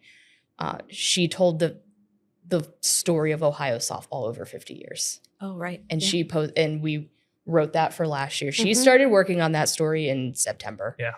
She started the research. She spent time in Alden. She spent time in our physical archive and in the digital archive. She talked to someone from every decade to tell stories of those times. And it's probably one of my favorite pieces that she did, and it was very well received. We've submitted it for a couple competitions, so I hope we get good news on that one. But I think that's just one piece that she's done to tell the story of an entire program that's been successful here. The interesting thing, one of the many interesting things about that story was those storytelling meetings that we'd have. She would always have an update, and like we would almost go down a rabbit hole, like, and then it would derail the meeting a little bit. But it was great. She'd be like, "Oh, I found this," and then we'd start talking about the 1990s softball and what she found and all the interesting stuff. But also it was part of a larger celebration of the 75 team that went to the College World Series, into the Kermit Blosser Hall of Fame. So we timed it up to release with all of those other pieces. They wore the 50th anniversary patch on the jersey. So it was a part of a bigger celebration of Ohio softball. And Ashley, she crushed it. I mean, she absolutely crushed it. I mean, she spent 6 months researching and writing that, and it came out amazing. Yeah. I mean, she has also been instrumental now that she earned her undergrad here through Scripps, and she's working on her dual program currently. The But MBA, she's MSA, yeah. she's still working with us, but she has worked on recruiting and is building even just her own team, so that when she is finished, there's someone there to take her to continue this string of storytelling that we've started. And it's been great. And it's also just working with them to help them with their writing skills, which are important skills that they need, and interviewing and just storytelling in general. And I think that little area that we've started to build, I'm still working on figuring out how to do more. Like there's still more that we need to do. It's manpower and time and making sure it's done correctly, because you don't want to tell a story that's not finished. It's making sure to tell their full story correctly and in the right voice. So I'm still working on building that even better, but I'm proud of the start that we have. It's funny you say that about Ashley, because in our storytelling meetings, our written content meetings, we will come up with 6 ideas, and she's already like, this person would be good on this one, and this person would be good on this one, and I will do this one. And then she helps the undergrad students polish them. But she automatically knows which student would be good at what, which is an awesome skill to have. For sure. Yeah, for sure. So I think I'll give Schulze one more little nugget to talk about, because I know you love to talk about this. Talk about a little bit about the branding, the logos that we utilize in all of our digital outlets and in our branding, and talk a little bit about our logos and what they mean to the program. Yeah. So we have really expanded our logo set, maybe a little too much. Maybe it might have gotten a little out of control, but that's okay. We'll reel it back in. Our vintage marks have really been a big part of our retail operation. The paw print, everybody loves the paw print. Most people love the paw print. We have new cursive logos, cursive Ohio and the cursive Bobcats that when we created those, we were thinking about baseball and softball. They have a Bobcat script. Basketball had a Bobcat script. Swimming had a Bobcat script. And we're like, all right, so there was clearly a want for that. And so we created one, and we wanted a unified look. So we didn't want the baseball team to have a different script on their jerseys than the softball team and the basketball team. And then we're like, well, we need an Ohio to match that. And we did some research and found that we wore cursive Ohio on our jerseys in the 60s and 70s, the Walter Luckett era for basketball. So we had, with the help of Game Day Spirit, actually, recreated that mark, and it has become a new vintage mark for us. And the women's basketball jerseys the new women's basketball jerseys that they wore this year were in homage of the jerseys that were worn in the 70s. But those vintage marks have been really important to us. We've really expanded the use of them. I think our fans love them. And then the Arch Ohio is a great mark for athletics. I think it's a great mark for some academic use as well. It's used across campus without the Bobcat head quite a bit. I think there's a lot of value in the word Ohio, and we are the first and finest in the state, and that having that mark also be our name is super important, and I think incredibly valuable for everybody on campus, not just athletics. And we have opened up the usage of our athletics marks across campus quite a bit over the last 5 years or so. Yeah, I think, like you said, I think it is the most recognizable thing that people look at, right, when they look at our teams on the field, the various fields of play. So I think it's very important to get those right and to have a uniform look across all of them. Do you remember the first conversation we ever had? in our lives? Yeah. Or will your feelings be hurt if I say no? No, it Okay. won't. I'm actually kind of glad you don't remember. Oh, but okay. Okay. The first, Then no, I'm afraid I don't. So like fall of 2019 when I arrived. when you arrived, we did Okay. like the group, The very first conversation. the group meetings. And I went on this like 5-minute rant about the color green. So generally now. Yeah. And who's the angry guy Yeah. who is mad about the green? Yeah. And I was like, and then I walked out of that. I'm like, I'm getting canned, or like she shouldn't keep me. Never. Instead, She said she made it my problem. I said, here's a man who has strong opinions and clearly cares about, to your point, Jordan, a very important part of our department. Yeah. Maybe he should be in charge. And you have been, and you've done an extraordinary job. Thank you. And I know you do care about it. So all joking aside, that shows in your work. You may not have realized that you are asking for the responsibility in that meeting, but are you happy that you had it? It's a really cool way to be able to contribute to a place that I know means a lot to you. Yeah. The color green, I've done more with the color green than I ever thought I would over the last 5 years. Matching paint is harder than you think it would be under lights and on turf and on courts. And I never would have thought that our paint color would be shamrock. That is our green paint.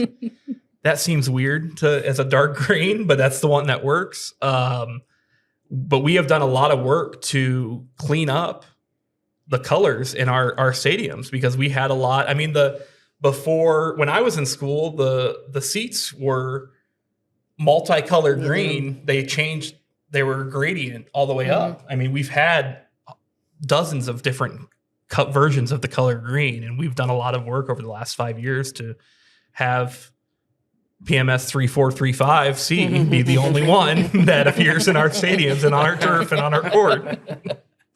Well, I wasn't going to go down this road, but I will say just to that, it's the lifelong lesson we all learn when we see something and we assume it will be much easier to fix than it actually is. So I appreciate you taking on the responsibility and the patience with it, because all those things do matter. Even just fading and outdoor seats and the angle of the sun around Peden Tower and any number of material issues. You order something, it comes in, it's a certain shade of green, and 3 months later it's not, for any variety of reasons. And it's a lot to track on and keep up with. Sometimes I don't think you realize when you go into this field how many meetings you'll have about paint colors and fonts. Yeah, font is another one. I've had many meetings about fonts. Yeah. Yes. We could probably spend another 45 minutes. I'd love to talk about Termina if you want.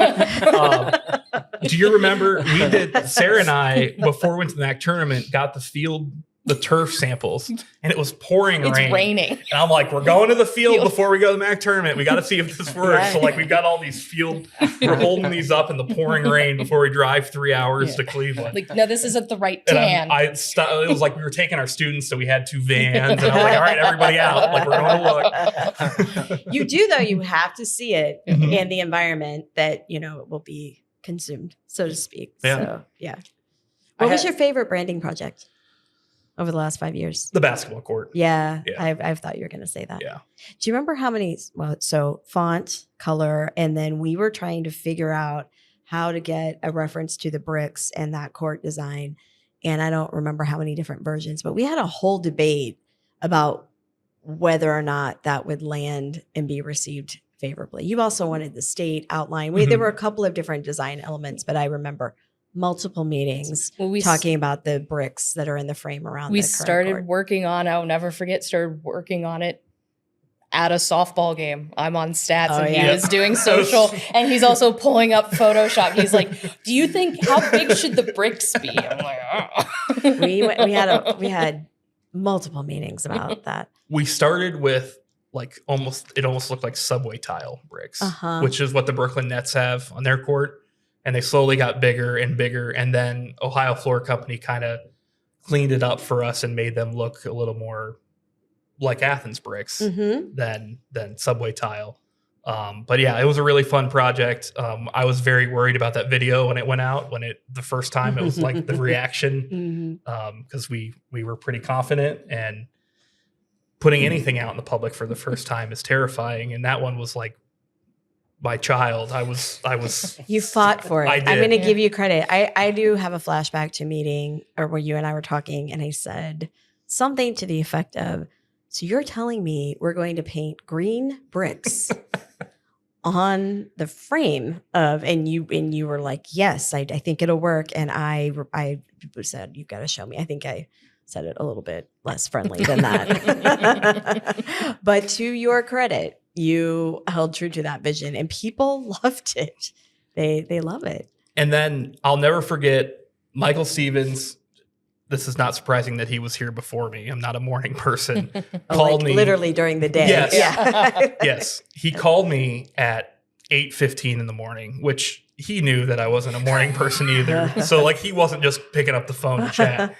And the first coat of paint was this Kelly Marshall green. Yeah. And It was too hot. It was too bright. And they were going to put more coats down. Yeah. But he went full. I mean, I remember that morning. Yeah, he panicked. Yeah. I mean, and he was like, "You got to get here and see this. We got to stop him." Yeah. And he stopped them painting. Yeah. I rolled in as quickly as I could, probably getting out of bed. Rolled in, and then I panicked when I saw it. And they're like, "No," because we spent so much time picking that shamrock paint. We got the book from Sherman-Williams. Stevens and I sat on the floor at the middle of the court in the lights and went paint color by paint color. No, yes. And then we took all our yeses and we put them out. And then we one by one selected them. And it took 3 hours, and it shouldn't have taken that long, but it did. And then to see all that work go into a Kelly green floor, I mean, it was full on panic, but it ended up looking okay. And it's the right color. Somebody, not one of the two of you, told me that day to not go look at the floor. I don't remember who it was. Somebody came into the office and was like, hey, you should just don't go look at the floor right now. Which of course meant that I immediately went to look. I was like, wow, what do you mean? Whatever. But it worked out. It did. And people loved it. It did. So I had to give Schulze a little bit of time to talk about his baby in branding because you have some news for us as well, don't you, Schulze? I do. This is my last hour of work as we as we speak. So I've worked here for a little over 6 years, and we're moving to Cleveland, closer to family, and really excited for the future. But hopefully I don't cry here. But I'm really, it's been an amazing time here, and I will no longer work here, which is really sad. You have also accepted a great position Yes. at Cleveland State. Yes. And we will miss you, and we appreciate your contributions, but we also celebrate that. Thank you. So you'll be the senior associate AD for their external areas. Yep. Yeah, which is a great step forward for you, and we congratulate you on that move. Thank you.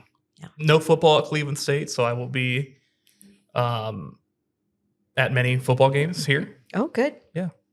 So I don't know if you want to save an AD suite seat in the West Virginia game, but For you. oh, yeah. Well, yeah.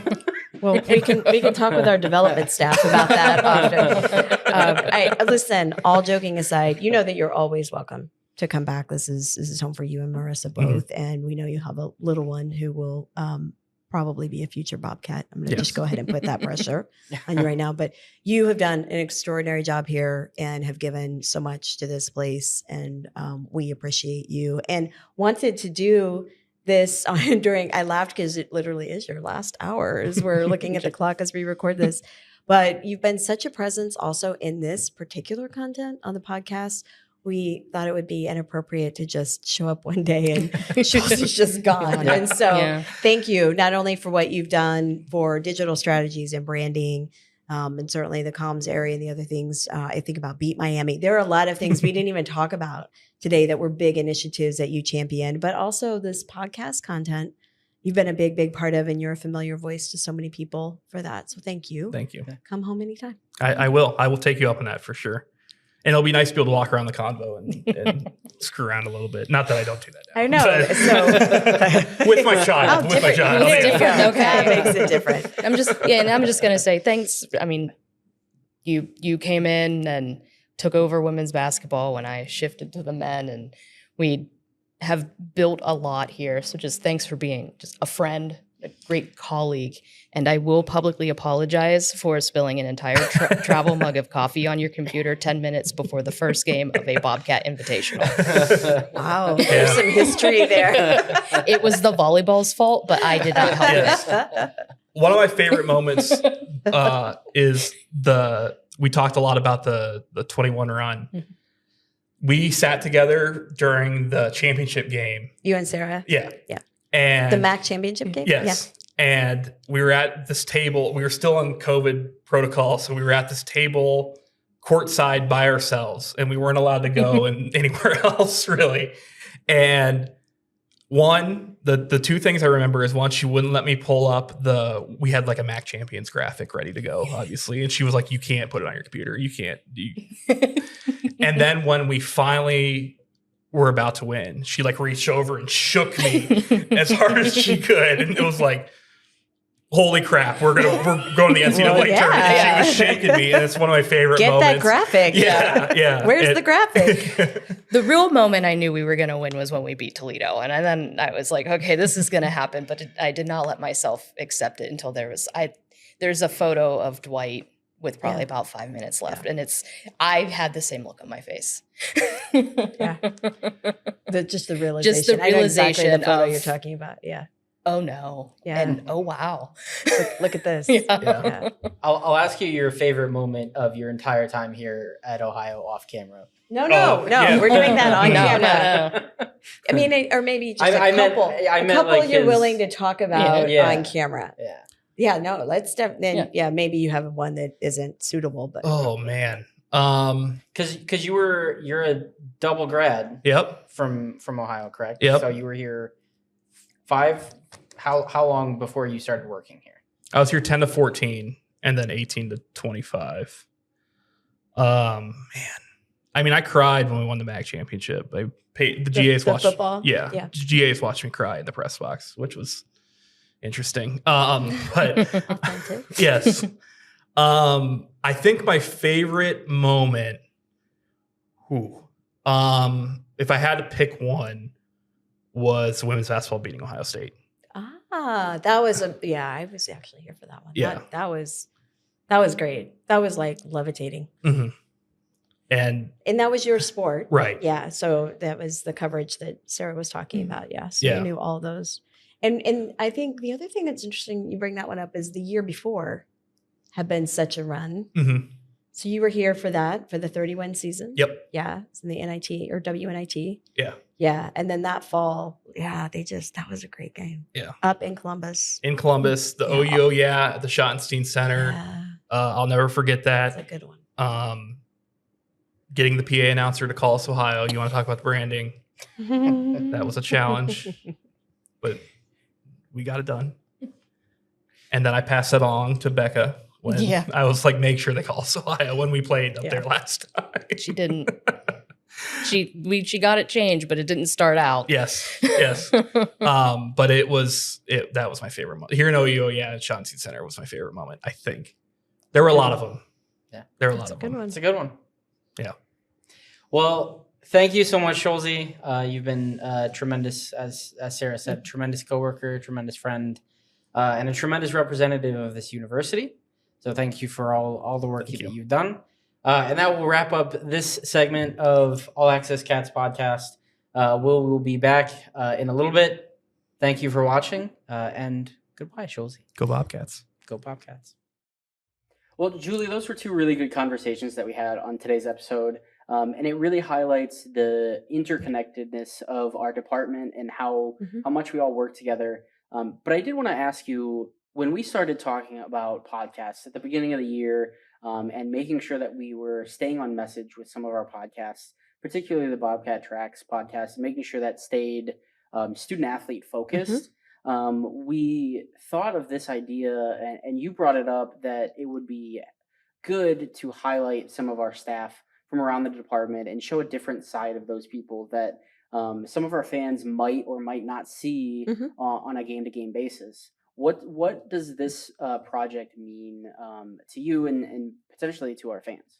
Well, it really started with the thought that uniquely here at Ohio, our fans and strongest supporters really do want to get to know us. And certainly that's true for our coaches and players, but I've picked up in this community, especially, and with this fan and alumni base, especially, that they're interested in the people who are doing the work day to day. They get to know them, they socialize with them, they look forward to seeing them at the men's and women's basketball tournaments in Cleveland.